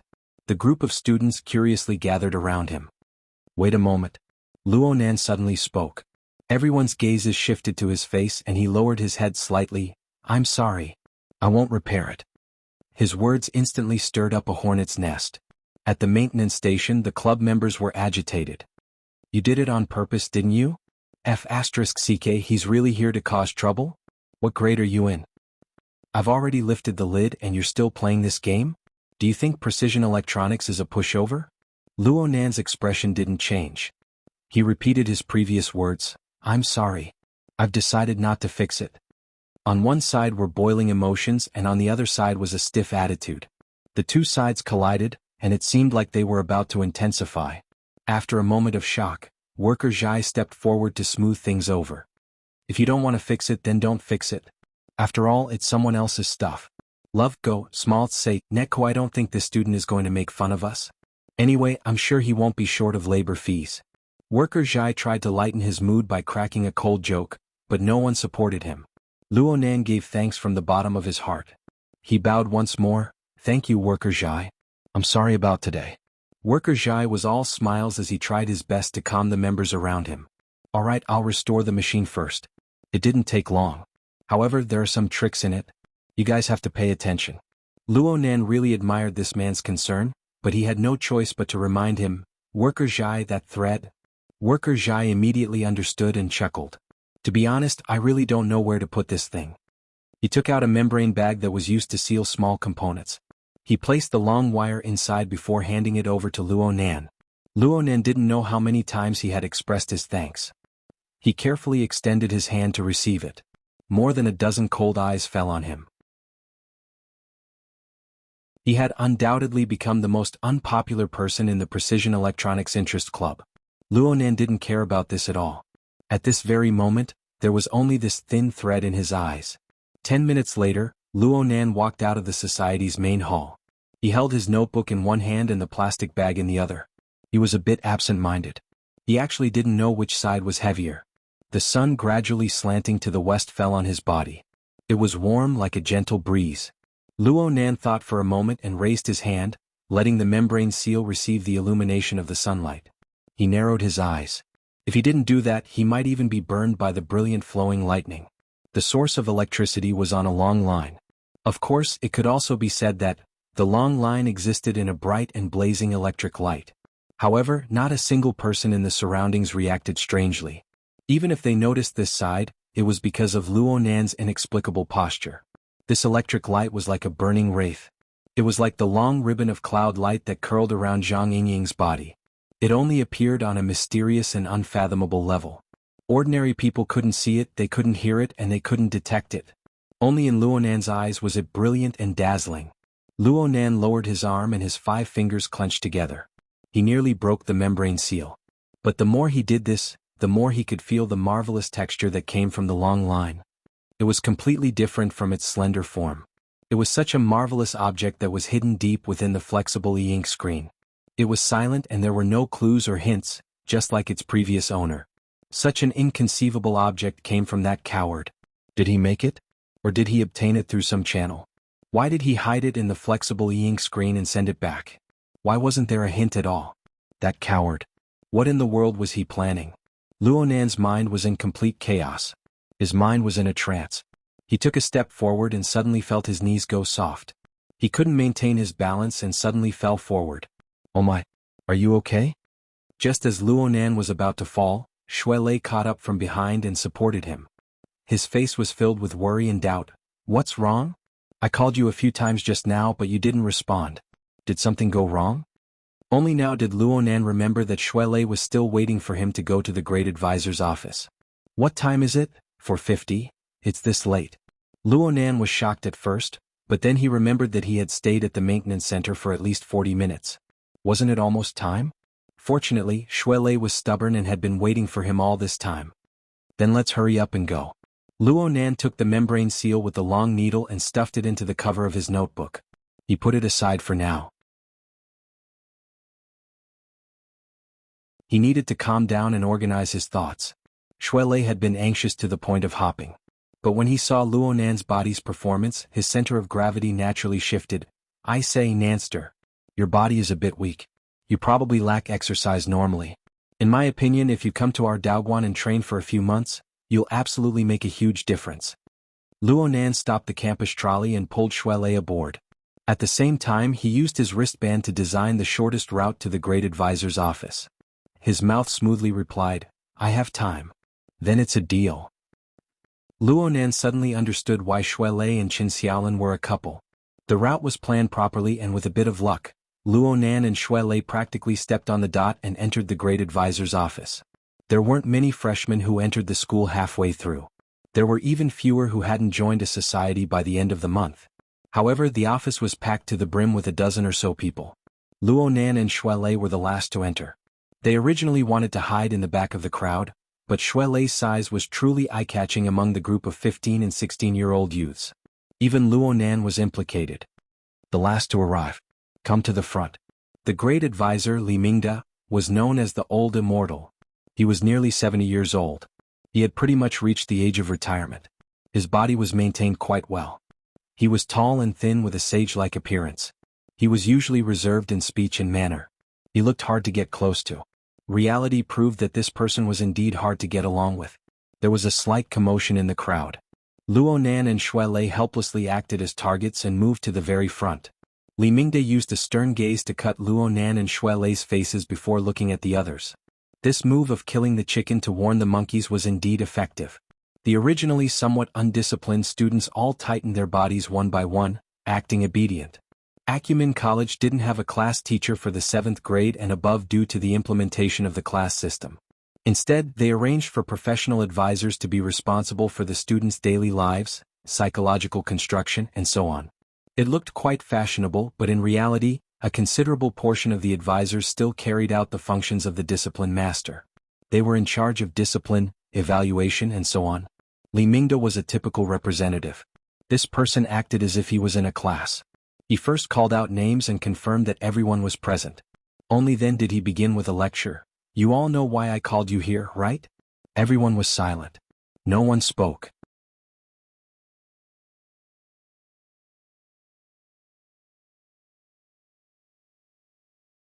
Chapter 41.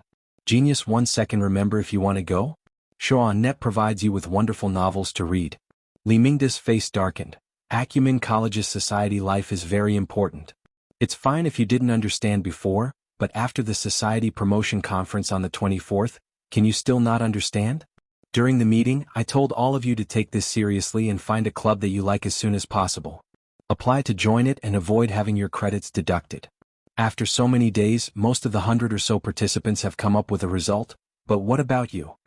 He knocked on the table, and the sensor activated a simple AR device, displaying a list of information. Shui Lei joined the traditional martial arts club on the 25th, then quit? Their skills are too crude. Shui Lei tried to explain, but Li Mingde glared at him fiercely. Luo Nan also cast a glance. He felt deep admiration. Then it was his turn. And you, Luo Nan? You said that you would participate in the interview for the Mystic Arts Research Society on the 27th, but you didn't go. He skipped classes for the entire day. Luo Nan opened his mouth wanting to explain, but in the end he shut his mouth. He just stood there quietly. One by one, Li Mingde pointed out the other people's failed or even blank club experience. In the end he sneered, you guys are very calm. I've already said it during the club promotion meeting. According to the school's rules, the total credit for a club is 24 points for 3 years. Each year, 8 points will be deducted. If you don't join a club, all 8 points will be deducted. Let's do the math. How many additional courses do you need to take to make up for the gap? To the students, this was the most realistic problem. After all, a main course only gave them 4 credits a year. The gap between 2 main courses was enough to wipe out most people's year's worth of hard work. At that moment, there was an uneasy commotion in the office. It seemed that the school was serious? This was too different from their previous school. At this moment, Li Mingde gave them another heavy blow. The final deadline for new students to join the club is September 30th. Today is the 28th. I still have time, right? But I have to remind you that tomorrow is the weekend. Most clubs won't be accepting new members. A bunch of people lowered their heads to look at their watches, and then their faces turned ashen. Love go, small say, Neku. The club activity would end at 6 o'clock, but it was already 5:20 now. In other words, even if he turned around and left now, he would have less than 40 minutes to find a club, apply for membership, and go through the procedures. This was assuming that the club was willing to accept him. Someone immediately screamed, isn't he dead for sure? Shui Lei and Luo Nan glanced at each other. They discovered that this situation was extremely similar to what Qin Xiaolin had warned them about. They lowered their heads and played dead. Li Mingde waved his hand when he saw the group of people who were either lifeless or devastated. Whether it's the school or me as a consultant, I've already fulfilled my obligation to inform you. As for the choices you've made, you'll have to bear the consequences yourself. Alright, time is running out. If you still want to save your credits, hurry up and work hard. Hey, that's it? Aside from Shui Lei, who withdrew from the society on his own, and Luo Nan, who was a special case, most people had introverted personalities. They were irresolute and indecisive. Add to that the fact that they were 15 or 16 years old and inexperienced, and they were already out of their wits after a few rounds of bombardment. What freedom of choice was this? The group of people looked at each other. No one dared to move. Some of the more timid ones were already on the verge of tears. Luo Nan and Shui Lei, who originally wanted to withdraw, found it embarrassing to move again. This lasted until a person with a bit of a flexible mind opened his mouth and stammered, then, consultantly, it's already this time. We won't make it in time no matter how fast we rush. Can the school make some arrangements? The school won't interfere with the students' freedom of choice. Li Mingde continued to emphasize the word freedom of choice, and ignored him. The young man became anxious and began to speak indiscriminately. But you're the consultant. Shouldn't you help the students solve their problems? You little brats, you want me to take the lead at this time? Though he said this, Li Mingde's stern face still softened a bit. He leaned back in his chair and muttered to himself for a moment. How about this? I'll give you guys a suggestion. It's just a suggestion. No matter what came out of his mouth, the students, who were in desperate straits, were able to accept it. A suggestion is fine. A suggestion is fine. With one person taking the lead, many people responded. The office soon turned into a field of chaos. Li Mingde shook his head and extended his hand to point at the group of students. Actually, I'll just say one thing. It's hard to avoid being a bit more realistic at times like this. You guys don't even need to think about societies with great fame and resources. Individual interests and specialties also have to be put aside. Everything has to be done with the goal of joining the society. First, you have to ensure that you have a place to stay. The group of young people thought about it for a bit and felt that it was reasonable. They all said, "That's right, that's right." Then you can only choose those that are less popular and have less direction. These societies often have limited activities and resources. You guys might have glanced over them before, but this time you can't care about it. Li Mingde sighed. To put it bluntly, saving your credits and ensuring the quality of your studies is the most important. This is my suggestion. You guys have heard it. Now hurry up and do it. The dozen or so young people looked at each other. It sounded reasonable, but it was a bit too general. Li Mingde saw the expressions of the group and laughed. I've already said it this much. What else do you guys want? Do you feel that there isn't enough time? How about this? I'll give you guys a backdoor. If you feel that you really can't choose in half an hour, then add another night. Tomorrow before 8 o'clock in the morning, contact me and tell me your choice. I'll try to communicate with those societies and arrange a reply or an interview for you guys. You can't be any later. Any later and I won't be able to arrange it. Plus, I can't guarantee success. An extra night of time to think was obviously good, but the problem was that it wasn't reliable. Someone revealed a bitter expression. Advisor, there are over 4,000 societies in the school. Can't you draw a range or something? Do you think this is a final exam? Li Mingde glared at him and pondered for a moment. He knocked on the table and the AI office system switched the interface. A string of society names appeared according to the conditions he had set down. There were 30 to 40 societies. I've searched a few in the administrative system. You guys can take a look. The crowd squeezed forward and Shuele, who was at the very front, swept his gaze over and laughed. Cannibal Potted Art Interest Group? Hazy Female Poetry Psychological Research Society? Nebula M31 Advanced Life Telepathy Society? What the hell? Luonan didn't join in the fun. He was dizzy from being squeezed by the crowd, so he took advantage of the crowd to retreat backwards, temporarily hiding in peace. The matter of school credits and societies were admittedly important, but most of his brain was still stirring with that long electric wire. He unconsciously took out the membrane bag and stared at it in a daze. And at this time he saw that the electric wire had already pierced a small hole through the bag. Half of it was exposed, and it appeared to be sharper than he imagined. The material is indeed special. But how could this be a problem with the material? Luonan finally pinched the long wire in his hand, but he was stupefied in the next moment. This was the first time he made contact with it without any obstacles. The long wire felt excessively slender to the touch, but there was an inconceivable temperature that seeped into him. He carefully savored it. It was neither hot nor cold, but it was like a numbing electric energy. It was guided from his fingertips and instantly spread throughout his entire body. His body didn't do anything, but the long wire that fluttered with the breeze in the room suddenly sprang straight. It was like an extremely tough needle trembling back and forth.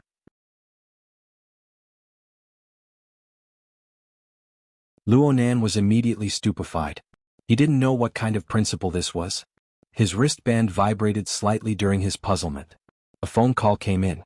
He instinctively extended his hand to press it, but he forgot about the long wire that was trembling at his fingertips. He pushed it forward, and the front end of the long wire made contact with the side of his wristband. Unexpectedly, there was no sound. It pierced straight in, and half of its length of 7 or 8 centimeters went in an instant. And at this moment, electricity ran through Luonan's hand. His fingertips went numb and he couldn't hold it for a time. He watched helplessly as the remaining half of the long wire drilled in. It was like a living creature and it disappeared in the blink of an eye.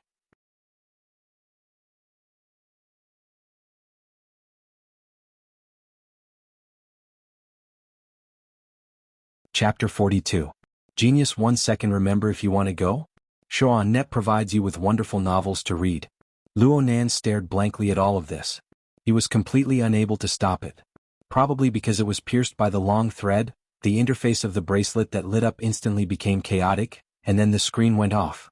But the screen lit up once more in less than half a second and returned to normal. There were still incoming calls and there were still vibrating reminders. But Luo Nan noticed that the style of the interface was clearly different from before. Furthermore, he looked strangely familiar. He stared at the interface of the wristband in a daze until Shuelei walked over and reminded him, "Hey, the phone." It was as if Luo Nan had awoken from a dream. Only now did he truly see the message of the communication number clearly. His eyelids twitched and his first reaction was to block this fellow. In the blink of an eye, the first round of tremors had just ended, but right after that the second round came. Luo Nan let out a breath and answered the call. In the next moment, a hearty, friendly and magnetic voice came from the bracelet. "Brother Nan, it's me, Xie Junping. I know which one you are." Luo Nan really didn't want to pay attention to this person. From yesterday until now, more than 30 hours of torment, as well as the subsequent troubles that could be seen and not seen, all stemmed from this fellow's outrageous behavior. If this bastard dared to immediately show himself, Luo Nan would absolutely be happy to do some experiments on his body that were normally inconvenient. Luo Nan wouldn't even blink. However, Xie Junping's shamelessness had reached a new level. Seeing that Luo Nan was silent for a moment, she immediately apologized profusely. I'm really sorry. Junior Nan, yesterday's matter was all on me. Actually, I should have contacted you last night, but because I had to prepare something, I didn't have the time to talk about it in detail. How about this? I'll go to school right now. Junior Nan, where are you? Let's meet up and I'll apologize to you face to face. Xie Junping affectionately called Luo Nan little brother Nan, but Luo Nan had goosebumps all over his body when he heard it. This fellow must have pondered for a long time on how to address him before coming up with such an answer. Luo Nan really didn't want to be involved with this sort of person. He responded in a lukewarm manner, "Senior, there's no need to be so polite. I have things to do over here." "What is it? Do you need help? I'm free today so I can still lend a hand." Luo Nan shook his head as he listened. "Can't you show some of the arrogance of a rich second generation?" Wagging his tail like that, anyone would know that he had ulterior motives. Strangely enough, Xie Junping's words were filled with nervousness. Could it be that he was still worried about that trivial matter being exposed? It didn't matter if it was the nightclub or the fated one. Luo Nan's understanding of Luo Nan's lower limits would be refreshed if Luo Nan didn't handle this matter well. "It's nothing, I can handle it myself." Right now Luo Nan was completely convinced by his older cousin, Mo Ye's words. Getting entangled with this group of rich kids was bound to not have any good consequences.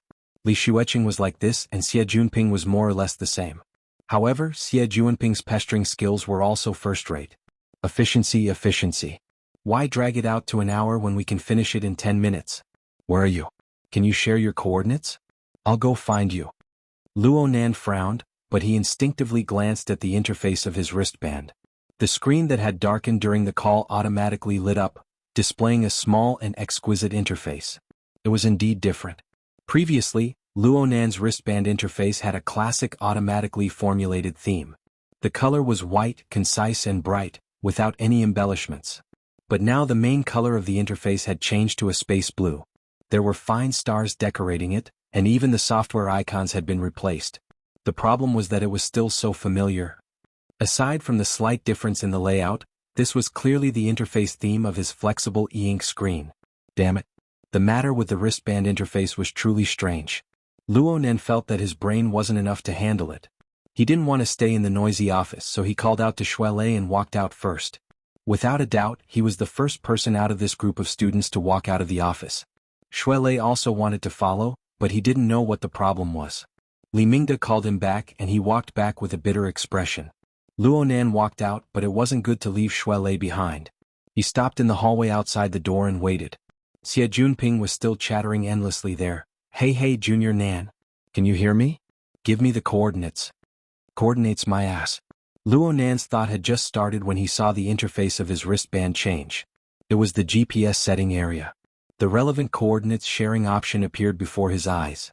It was as if an invisible hand had completed the operation in an instant, skipping all the intermediate links. Luo Nan was a bit stupefied. Currently, voice control could achieve this kind of effect for smart devices. But Luo Nan was extremely certain that his mouth absolutely didn't spit out a single syllable. What was truly effective was his telepathic thoughts.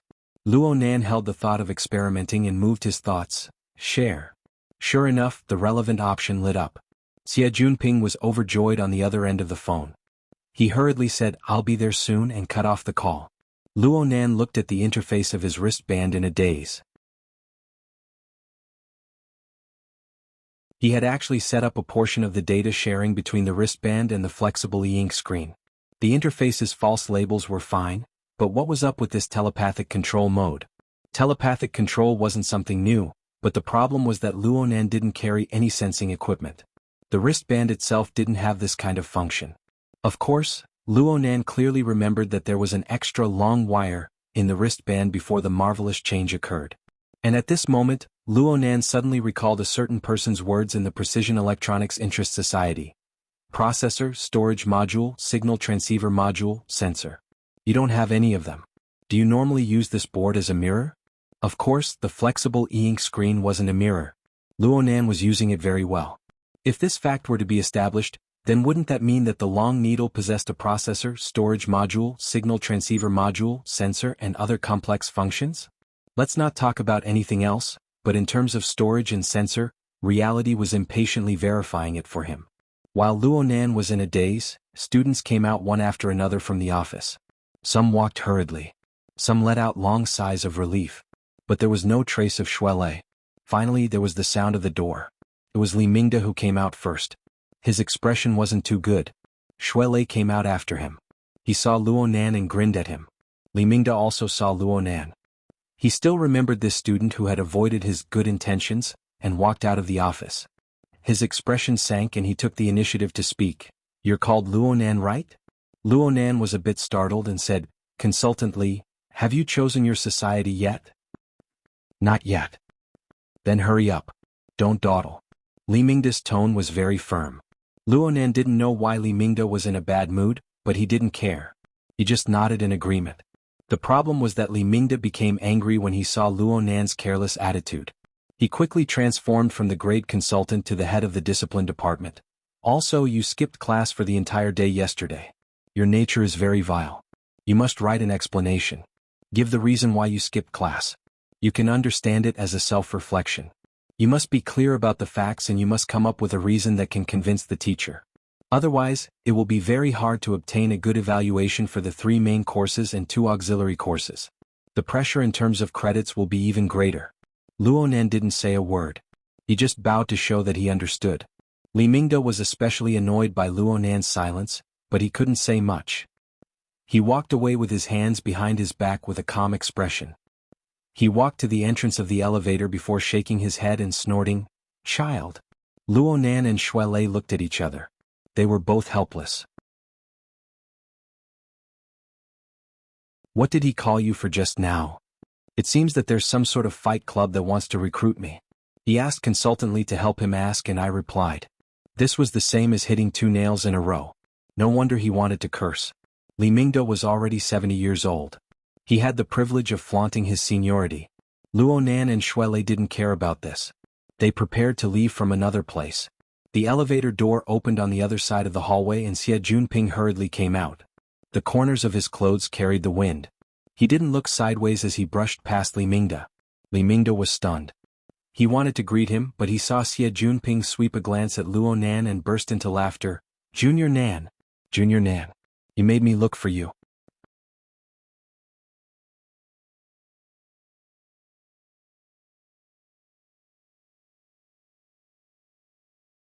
Chapter 43. Genius 1 second. Remember if you want to go? Show.net provides you with wonderful novels to read. After a whole day of recovery and preparation, Xie Junping had completely thrown away his drunken and lethargic image. Love Gong Smalt Sake Nekku. At this moment he was a cheerful and easygoing young man. He chased after Luo Nan with a few steps. He originally wanted to give Luonan a hug or something, but he saw that Luonan had no such intentions. He could only shake Luonan's hand, not letting go. He shook Luonan fiercely.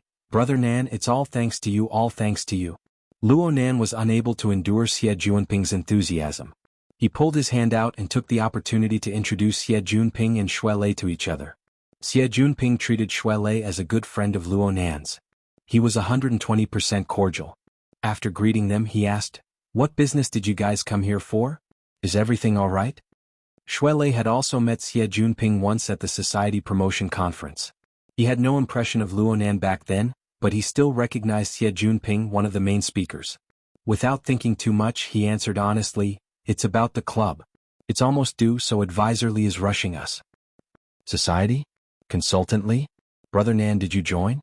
Xie Junping was shocked and turned his head to look around.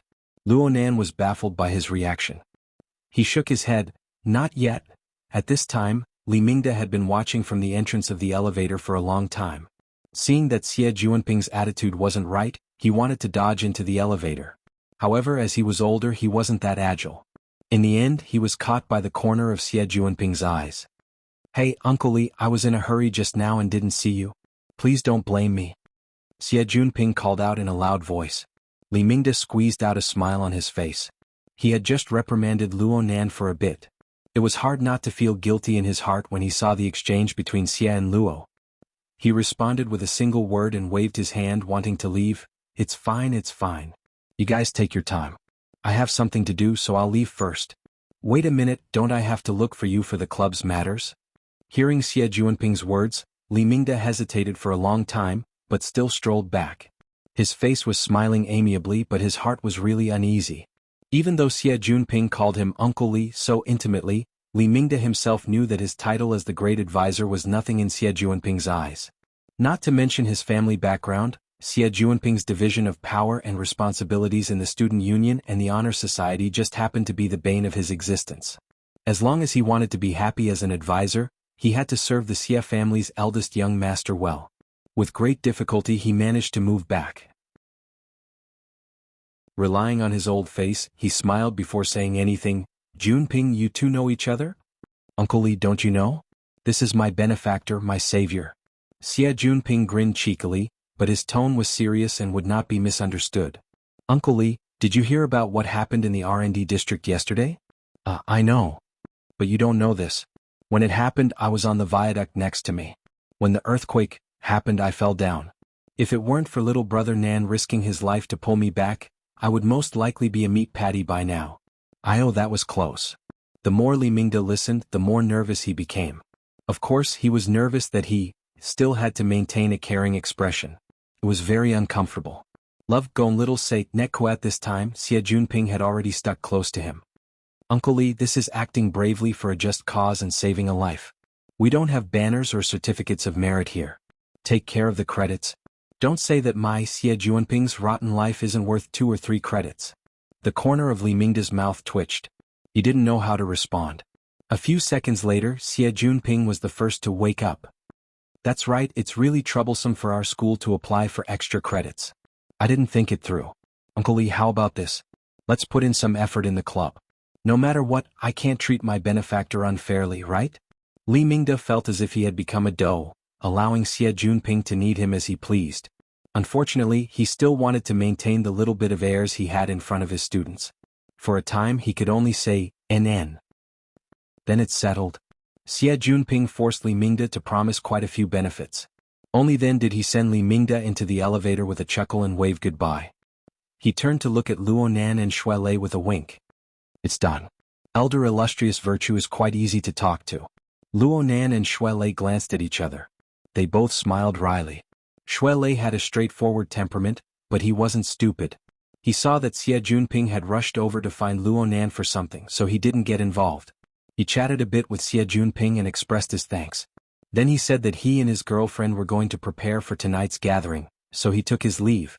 Luonan also wanted to leave, but he had second thoughts. It would be better to clarify things today. He had to understand where Xie Junping's enthusiasm came from. There was no one else around, so Xie Junping spoke more openly. He moved closer and asked, "Li Mingde was acting weird just now. Did he make things difficult for you before?"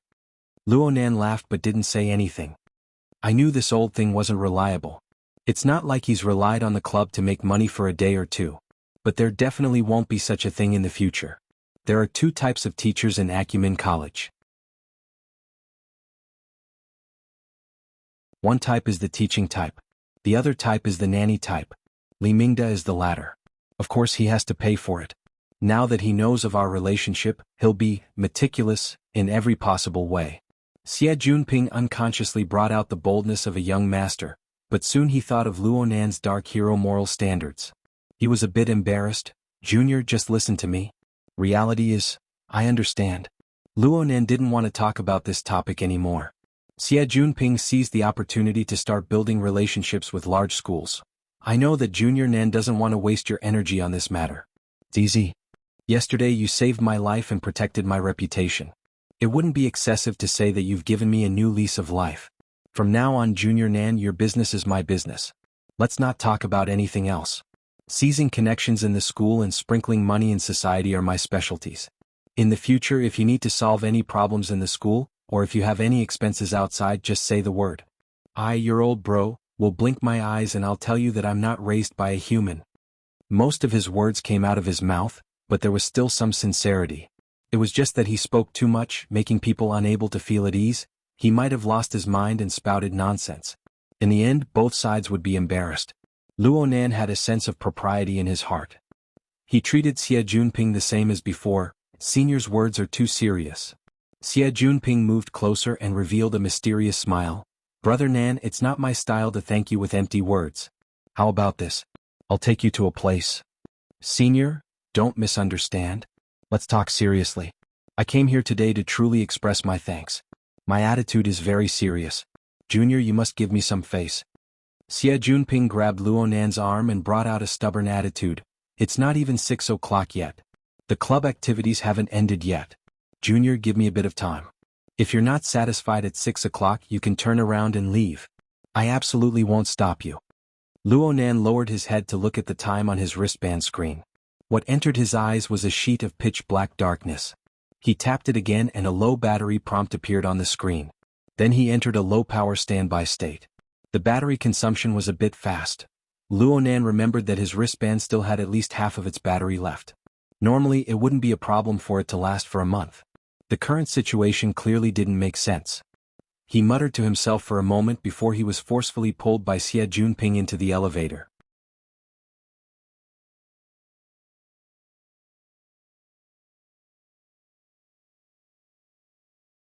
Chapter 44.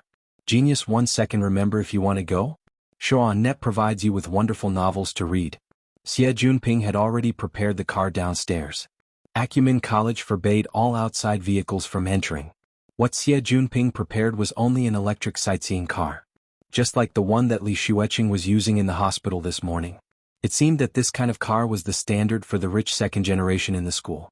Luonan's mind stirred a bit when he thought of Li Xueqing. He sized up Xie Junping with a bit of scrutiny.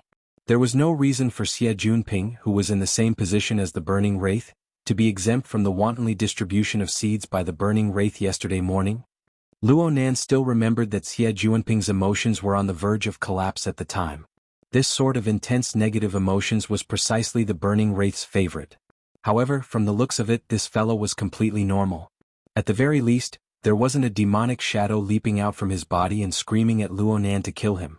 Xie Junping naturally didn't know that Luonan's thoughts had turned in an instant. He dragged Luonan into the car and personally acted as the driver. He drove the car to the northern district of the campus. Luonan sat in the front passenger seat and pondered for a bit. The mental plane vibrated, and the heavily chained crow extended out from between his eyebrows. It paused for a moment, then it continued to extend out, drawing close to Xie Junping's body. At the front of the chain, the red light of the abstract symbol flickered, almost like a demonic eye. However, what it observed and sensed was a darker and more profound level. Several seconds later, the red light abruptly increased in intensity, the light almost piercing into Xie Junping's body. However, the heavily chained crow let out a cry, forcefully suppressing this disturbance. There's something fishy going on? Luonan wasn't that surprised. After all, logically speaking, it would be strange if he didn't. Moreover, the one inside Xie Juanping's body was clearly far less mature than Li Xueqing's. It was still in a half-hibernating state, and was using Xie Juanping's qi and blood to conceal its aura. If Luonan were to use himself as a reference, this was probably the stage before he clashed with Li Xueqing on the warship yesterday. It had already been 2 days, yet it was still so stunted. Perhaps it was due to the host's personality? The chain circled around Xie Juanping's body a few times before slowly retracting. Wait, Luonan didn't act blindly without thinking. Ever since he had swallowed the other burning wraith, his understanding of his own abilities had deepened by a large margin.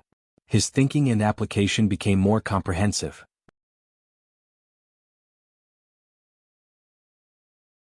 Currently, his abilities could be roughly divided into 2 areas. Part of it was the heavily chained crow, representing the power of the format of "My Heart's a Prison." It was relatively restrained and like a stabilizing needle, it controlled and suppressed the abnormal changes inside and outside. The other part was an abstract symbol formed by the burning wraith, which could be shortened to wraith sign. This thing retained a considerable part of the functions of its original form. It was extremely invasive, like a ferocious beast foraging for food. Its senses were sharp and its appetite was greedy. From time to time it would want to do something big. At the present stage, the suppressive power of the chains was overwhelming. The wraith sign could only lie dormant and wait for an opportunity in the vast majority of circumstances. Only in especially intense stimulation such as the other burning wraith, the killing intent directed at Luonan, or the eruption of extreme emotions nearby, would the wraith sign be activated. Moreover, all of its actions were under the control of the chains. From this, Luo Ji clearly understood that his foundation lay in the heavily chained crow in the format, and that the wraith sign was just an application tool. When it came to tools, one had to carefully study their principles and usage. Xie Juanping was a pretty good reference. Well, it could be said that it was a small revenge. Luonan's mind stirred as the chains retracted. He commanded the chains to streak across his wrist, making noiseless contact with the wristband. The sealed enclosure of the electronic device was completely meaningless to the mental scan. The various devices inside were the same. Correspondingly, Luonan discovered that the resolution of his own senses had a limit. He could only have a rough sense of the internal structure of the wristband. It was extremely fuzzy. The only exception was that long thread. It was extremely eye-catching. Or perhaps it could be said that it was too dazzling. When it made contact on the purely mental plane, the dazzling radiance above the long thread was truly like lightning streaking across the night sky. Of Luonan's 2 ability modules, the wraith sign had no reaction whatsoever. As for the heavily chained crow, wasn't this a conducting wire? Luonan let out a muffled groan. He was caught off guard, and the lightning actually followed the heavily chained crow to hack into his brain from the space between his eyebrows. His body shook violently. What's wrong? Xie Juanping jumped in fright.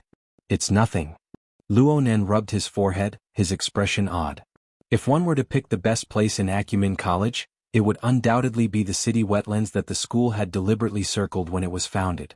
As one of the green lungs of the city, this place was practically completely covered in vegetation.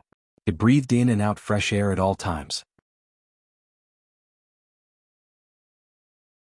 And the slightly damp ground seemed to be able to permeate the gurgling sound of the long river that passed through the forest into one's blood vessels. Therefore, most of the beauty of Acumen College lay in the wetlands.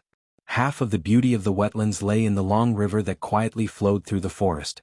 The long river divided the wetlands into the north and south banks. It also divided the tranquil and bustling areas. The bustling south bank's landmark building was the school's auditorium. North across the river was the lush wetlands jungle. Practically no traces of man-made structures could be seen at a glance. At this time of day, the south bank was like a weave of people, while the north bank was relatively quiet. Xie Juanping led Luonan into the jungle of the north bank. He seemed to be very familiar with the path. He was always able to pick the smoothest path among the small paths in the forest, and he continued to advance. At the same time, he gave an introduction. Compared to the south bank, the north bank actually occupies the majority of the wetlands. Many of the school's research institutes are located here due to the good environment. However, each one of them comes at an exorbitant price. Not only do they have to pay exorbitant taxes, but they also have strict restrictions on construction materials, infrastructure methods, and structural design. As for the degree of strictness, you'll understand when you look at the auditorium. Acumen College's auditorium was well known among the schools in the entirety of Xia City. It had an ancient Oriental architectural style with flying eaves and arches. It was hidden within the jungle and it was a part of the wetlands garden. However, the surface portion of the auditorium didn't have any practical functions. Its functional area was completely underground. Only in this way could it accommodate over 100,000 teachers and students attend the ceremony at the same time.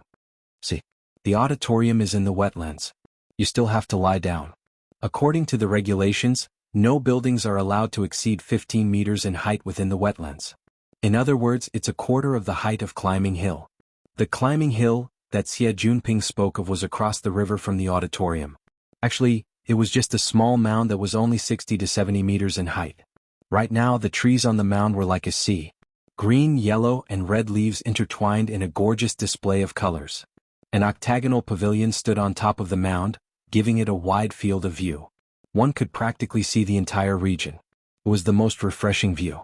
Actually, Luonan quite liked to go up there and gaze at the wind from afar.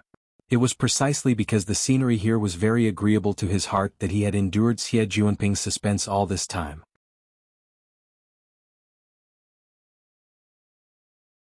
Xie Junping's mouth gushed without end. There aren't many places in the wetlands where buildings can be built, and no one can bear the crime of destroying nature. If one wants to achieve complete functionality, then one can only find underground space. But the problem is that the geological structure is within the scope of the wetlands protection. The south bank is a bit better, but digging 3 meters down from the north is against the rules. Those research institutes want to act pretentious and that's bitter. Having said this, he winked. However, there are always exceptions to everything. Xie Junping extended his finger forward, letting Luonan look at the depths of the jungle. There was a corner of a certain building that sprouted dense branches and leaves. The first thing Luonan felt when he saw it was that it seemed very old. It was probably because the edges of the building had a rust-like color. It gave people the impression of roughness. Xie Junping beamed, "Don't look down on it. Gear, which is the building before our eyes, is an exception among the 39 research institutes and society buildings on the north bank."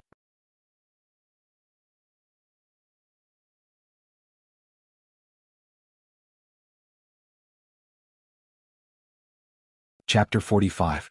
Genius 1 second. Remember, if you want to go? Talk net, providing you with wonderful novels to read. Gear? Yes. The name is quite strange, right? But I feel like I won't be able to find a more appropriate description in a short amount of time. Xie Junping was like a hardworking salesman, but the results were mediocre. Luonan pressed his forehead lightly. He had already formed a habit of doing similar actions during this period of time, and it made his concentration less focused. The two turned around the natural forest wall barrier as they spoke. Soon they saw the front of the building. It was just like the impression they had just gotten. The outer wall of the building was a rusty red. It didn't look like any color of the surrounding natural environment. Instead, it looked like rusty metal with a bit of paint. The main body of the building was covered by the long vines and weeds of the jungle. The light in the jungle was gradually dimming, making it even harder to see the overall layout of the building. Xie Junping was a bit worried that this kind of exterior would give Luonan a bad impression. He rushed to add, "Less renovations have been done in the past 2 years. The environment is a bit messy, but the inside will definitely give you a pleasant surprise." Luonan didn't say anything. He just wanted to see what Xie Junping was up to. The two followed the small path overgrown with weeds and turned to the main entrance of the building. This place should have been a small plaza in the past, but it had already been taken over by the jungle due to the lack of people taking care of it. If the main entrance wasn't tightly shut, the long vines of the wetlands would have extended into the main hall. Right now the entire building was tightly surrounded by the jungle. The small plaza was the best location in the vicinity, but it was still hard to see the entire building. Only now did Luonan realize, there's no one here? There was one last semester, but now it's just an empty shell. Xie Junping used his wristband to connect to the AI's authority. The metal main entrance of the building immediately lifted up, and the hall space inside automatically lit up. Xie Junping led Luonan through the door and explained to him at the same time, "This place currently belongs to the Order Club. It used to be a very active old club. I've even heard that it was established before the school was founded. During its golden age, it attracted the sponsorship of over a dozen of the world's top 500 rich people. It was extremely awesome. But there were too many rich people. It was troublesome. Especially after the first few old members graduated. The younger generation relied on their respective rich people and fought to their heart's content. The club was originally a good club, but it was forcefully turned into an Azura field. Hatred was tied into a dead knot. In 90 and 93, two major incidents occurred consecutively, and the nature of the incidents was very bad. The school banned the recruitment of new members, and the club collapsed in an instant. At this moment, the two of them walked into the empty hall. The square layout could not be seen here. The spiral staircase, the vertical elevator, and the circular corridor divided the hall, but there was also a hint that it extended into a wider space. Xie Junping shrugged. The main structure of this building is the circle. That is probably why it is called gear. It was said that there were 15 main rooms, halls, and a large courtyard that connected all the floors. They were all round, insanely round. You might feel a little dizzy at first, but you'll get used to it. Luonan didn't feel any discomfort. On the contrary, he was a bit curious. Xie Junping continued to introduce, the club has indeed reached its end in this generation. Actually, the qualifications to recruit new members were going to be restored this semester. But those idiots didn't court death. Last semester, a financial problem occurred. All of the rich people withdrew from the club, and the flow of funds was completely cut off. The old members left the club one by one. The few that didn't leave were all related to the case. They are still under investigation. Once their crimes are confirmed, the club will automatically disband. Xie Junping sighed hypocritically. The club hasn't even disbanded yet, and there are already people fighting to the death outside. Luonan was a bit surprised. This place is very popular? Of course. The club in the school has been eyeing the North Bank for a long time, especially gear. It occupies half a hectare. It is already one of the best among the clubs and research institutes. It was the most eye-catching building on the North Bank back in the day. Over the years, those rich people have added quite a few things to it. More importantly, this is the only location on the North Bank that can be dug deep. Of all the research institutes and club buildings on the North Bank, this is the only place that has enough underground space. In this aspect alone, there was no one that could compare. Those people are throwing money at each other right now. They're just short of ripping each other apart. Xie Junping's spittle flew everywhere as he spoke. The problem was that Luonan was completely indifferent to this sort of gossip. His face was stupefied. Xie Junping couldn't help but feel a strong sense of defeat, as if he was flirting with a blind person. He could only take the initiative to give a hint. Junior Nan, don't you want to know who will be taking over in the end? Luonan shot him a glance. The results haven't come out yet, right? There are only two left. The Construction Society and the Mystic Arts Research Society will take turns bidding. Let's see who can suppress the other.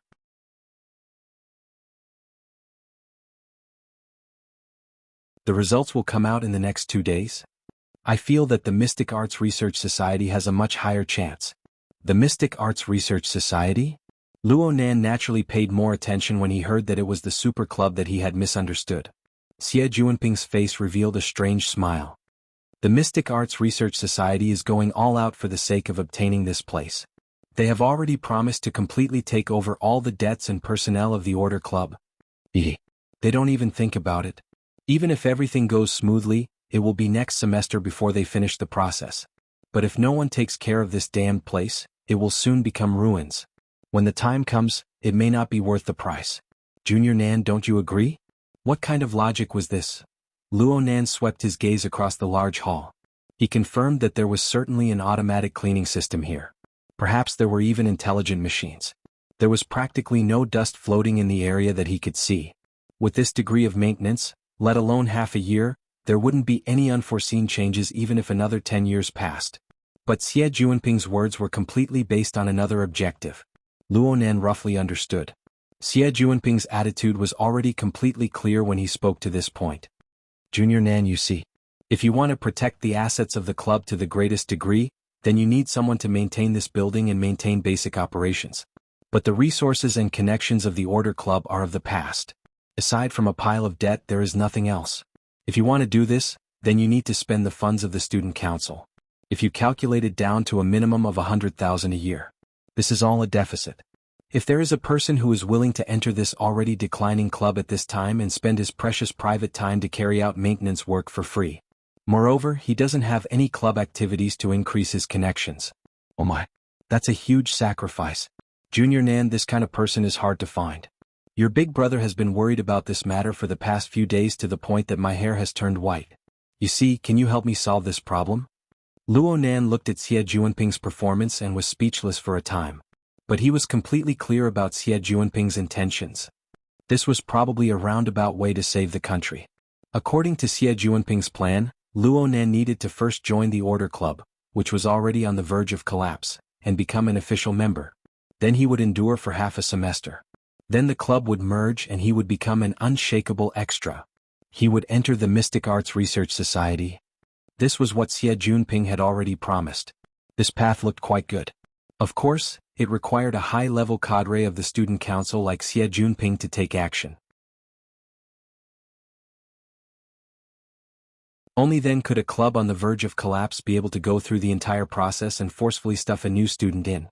However, the Mystic Arts Research Society was backed by a large financial backer. It was also a circle of rich second generations. Would they really acknowledge Xie Juanping's crude shoehorning? At least right now, Xie Juanping was very confident. He chuckled as he pushed Luo Nan into the elevator. Relax, relax. I'm very familiar with that side. According to the people in the inner circle, they're really sparing no expense in this merger. I've already given them a heads up before. 1 or 2 people isn't much. Junior Nan, I'm not being unreasonable. If it weren't for yesterday's confusion causing you to miss your exams, why would we need to go around in circles? This damned place hasn't had a good time ever since Yen Hong's reputation was ruined and the research team was disbanded. They say that we're taking advantage of them.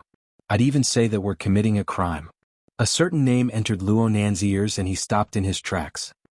He suddenly turned his head. Which one are you talking about?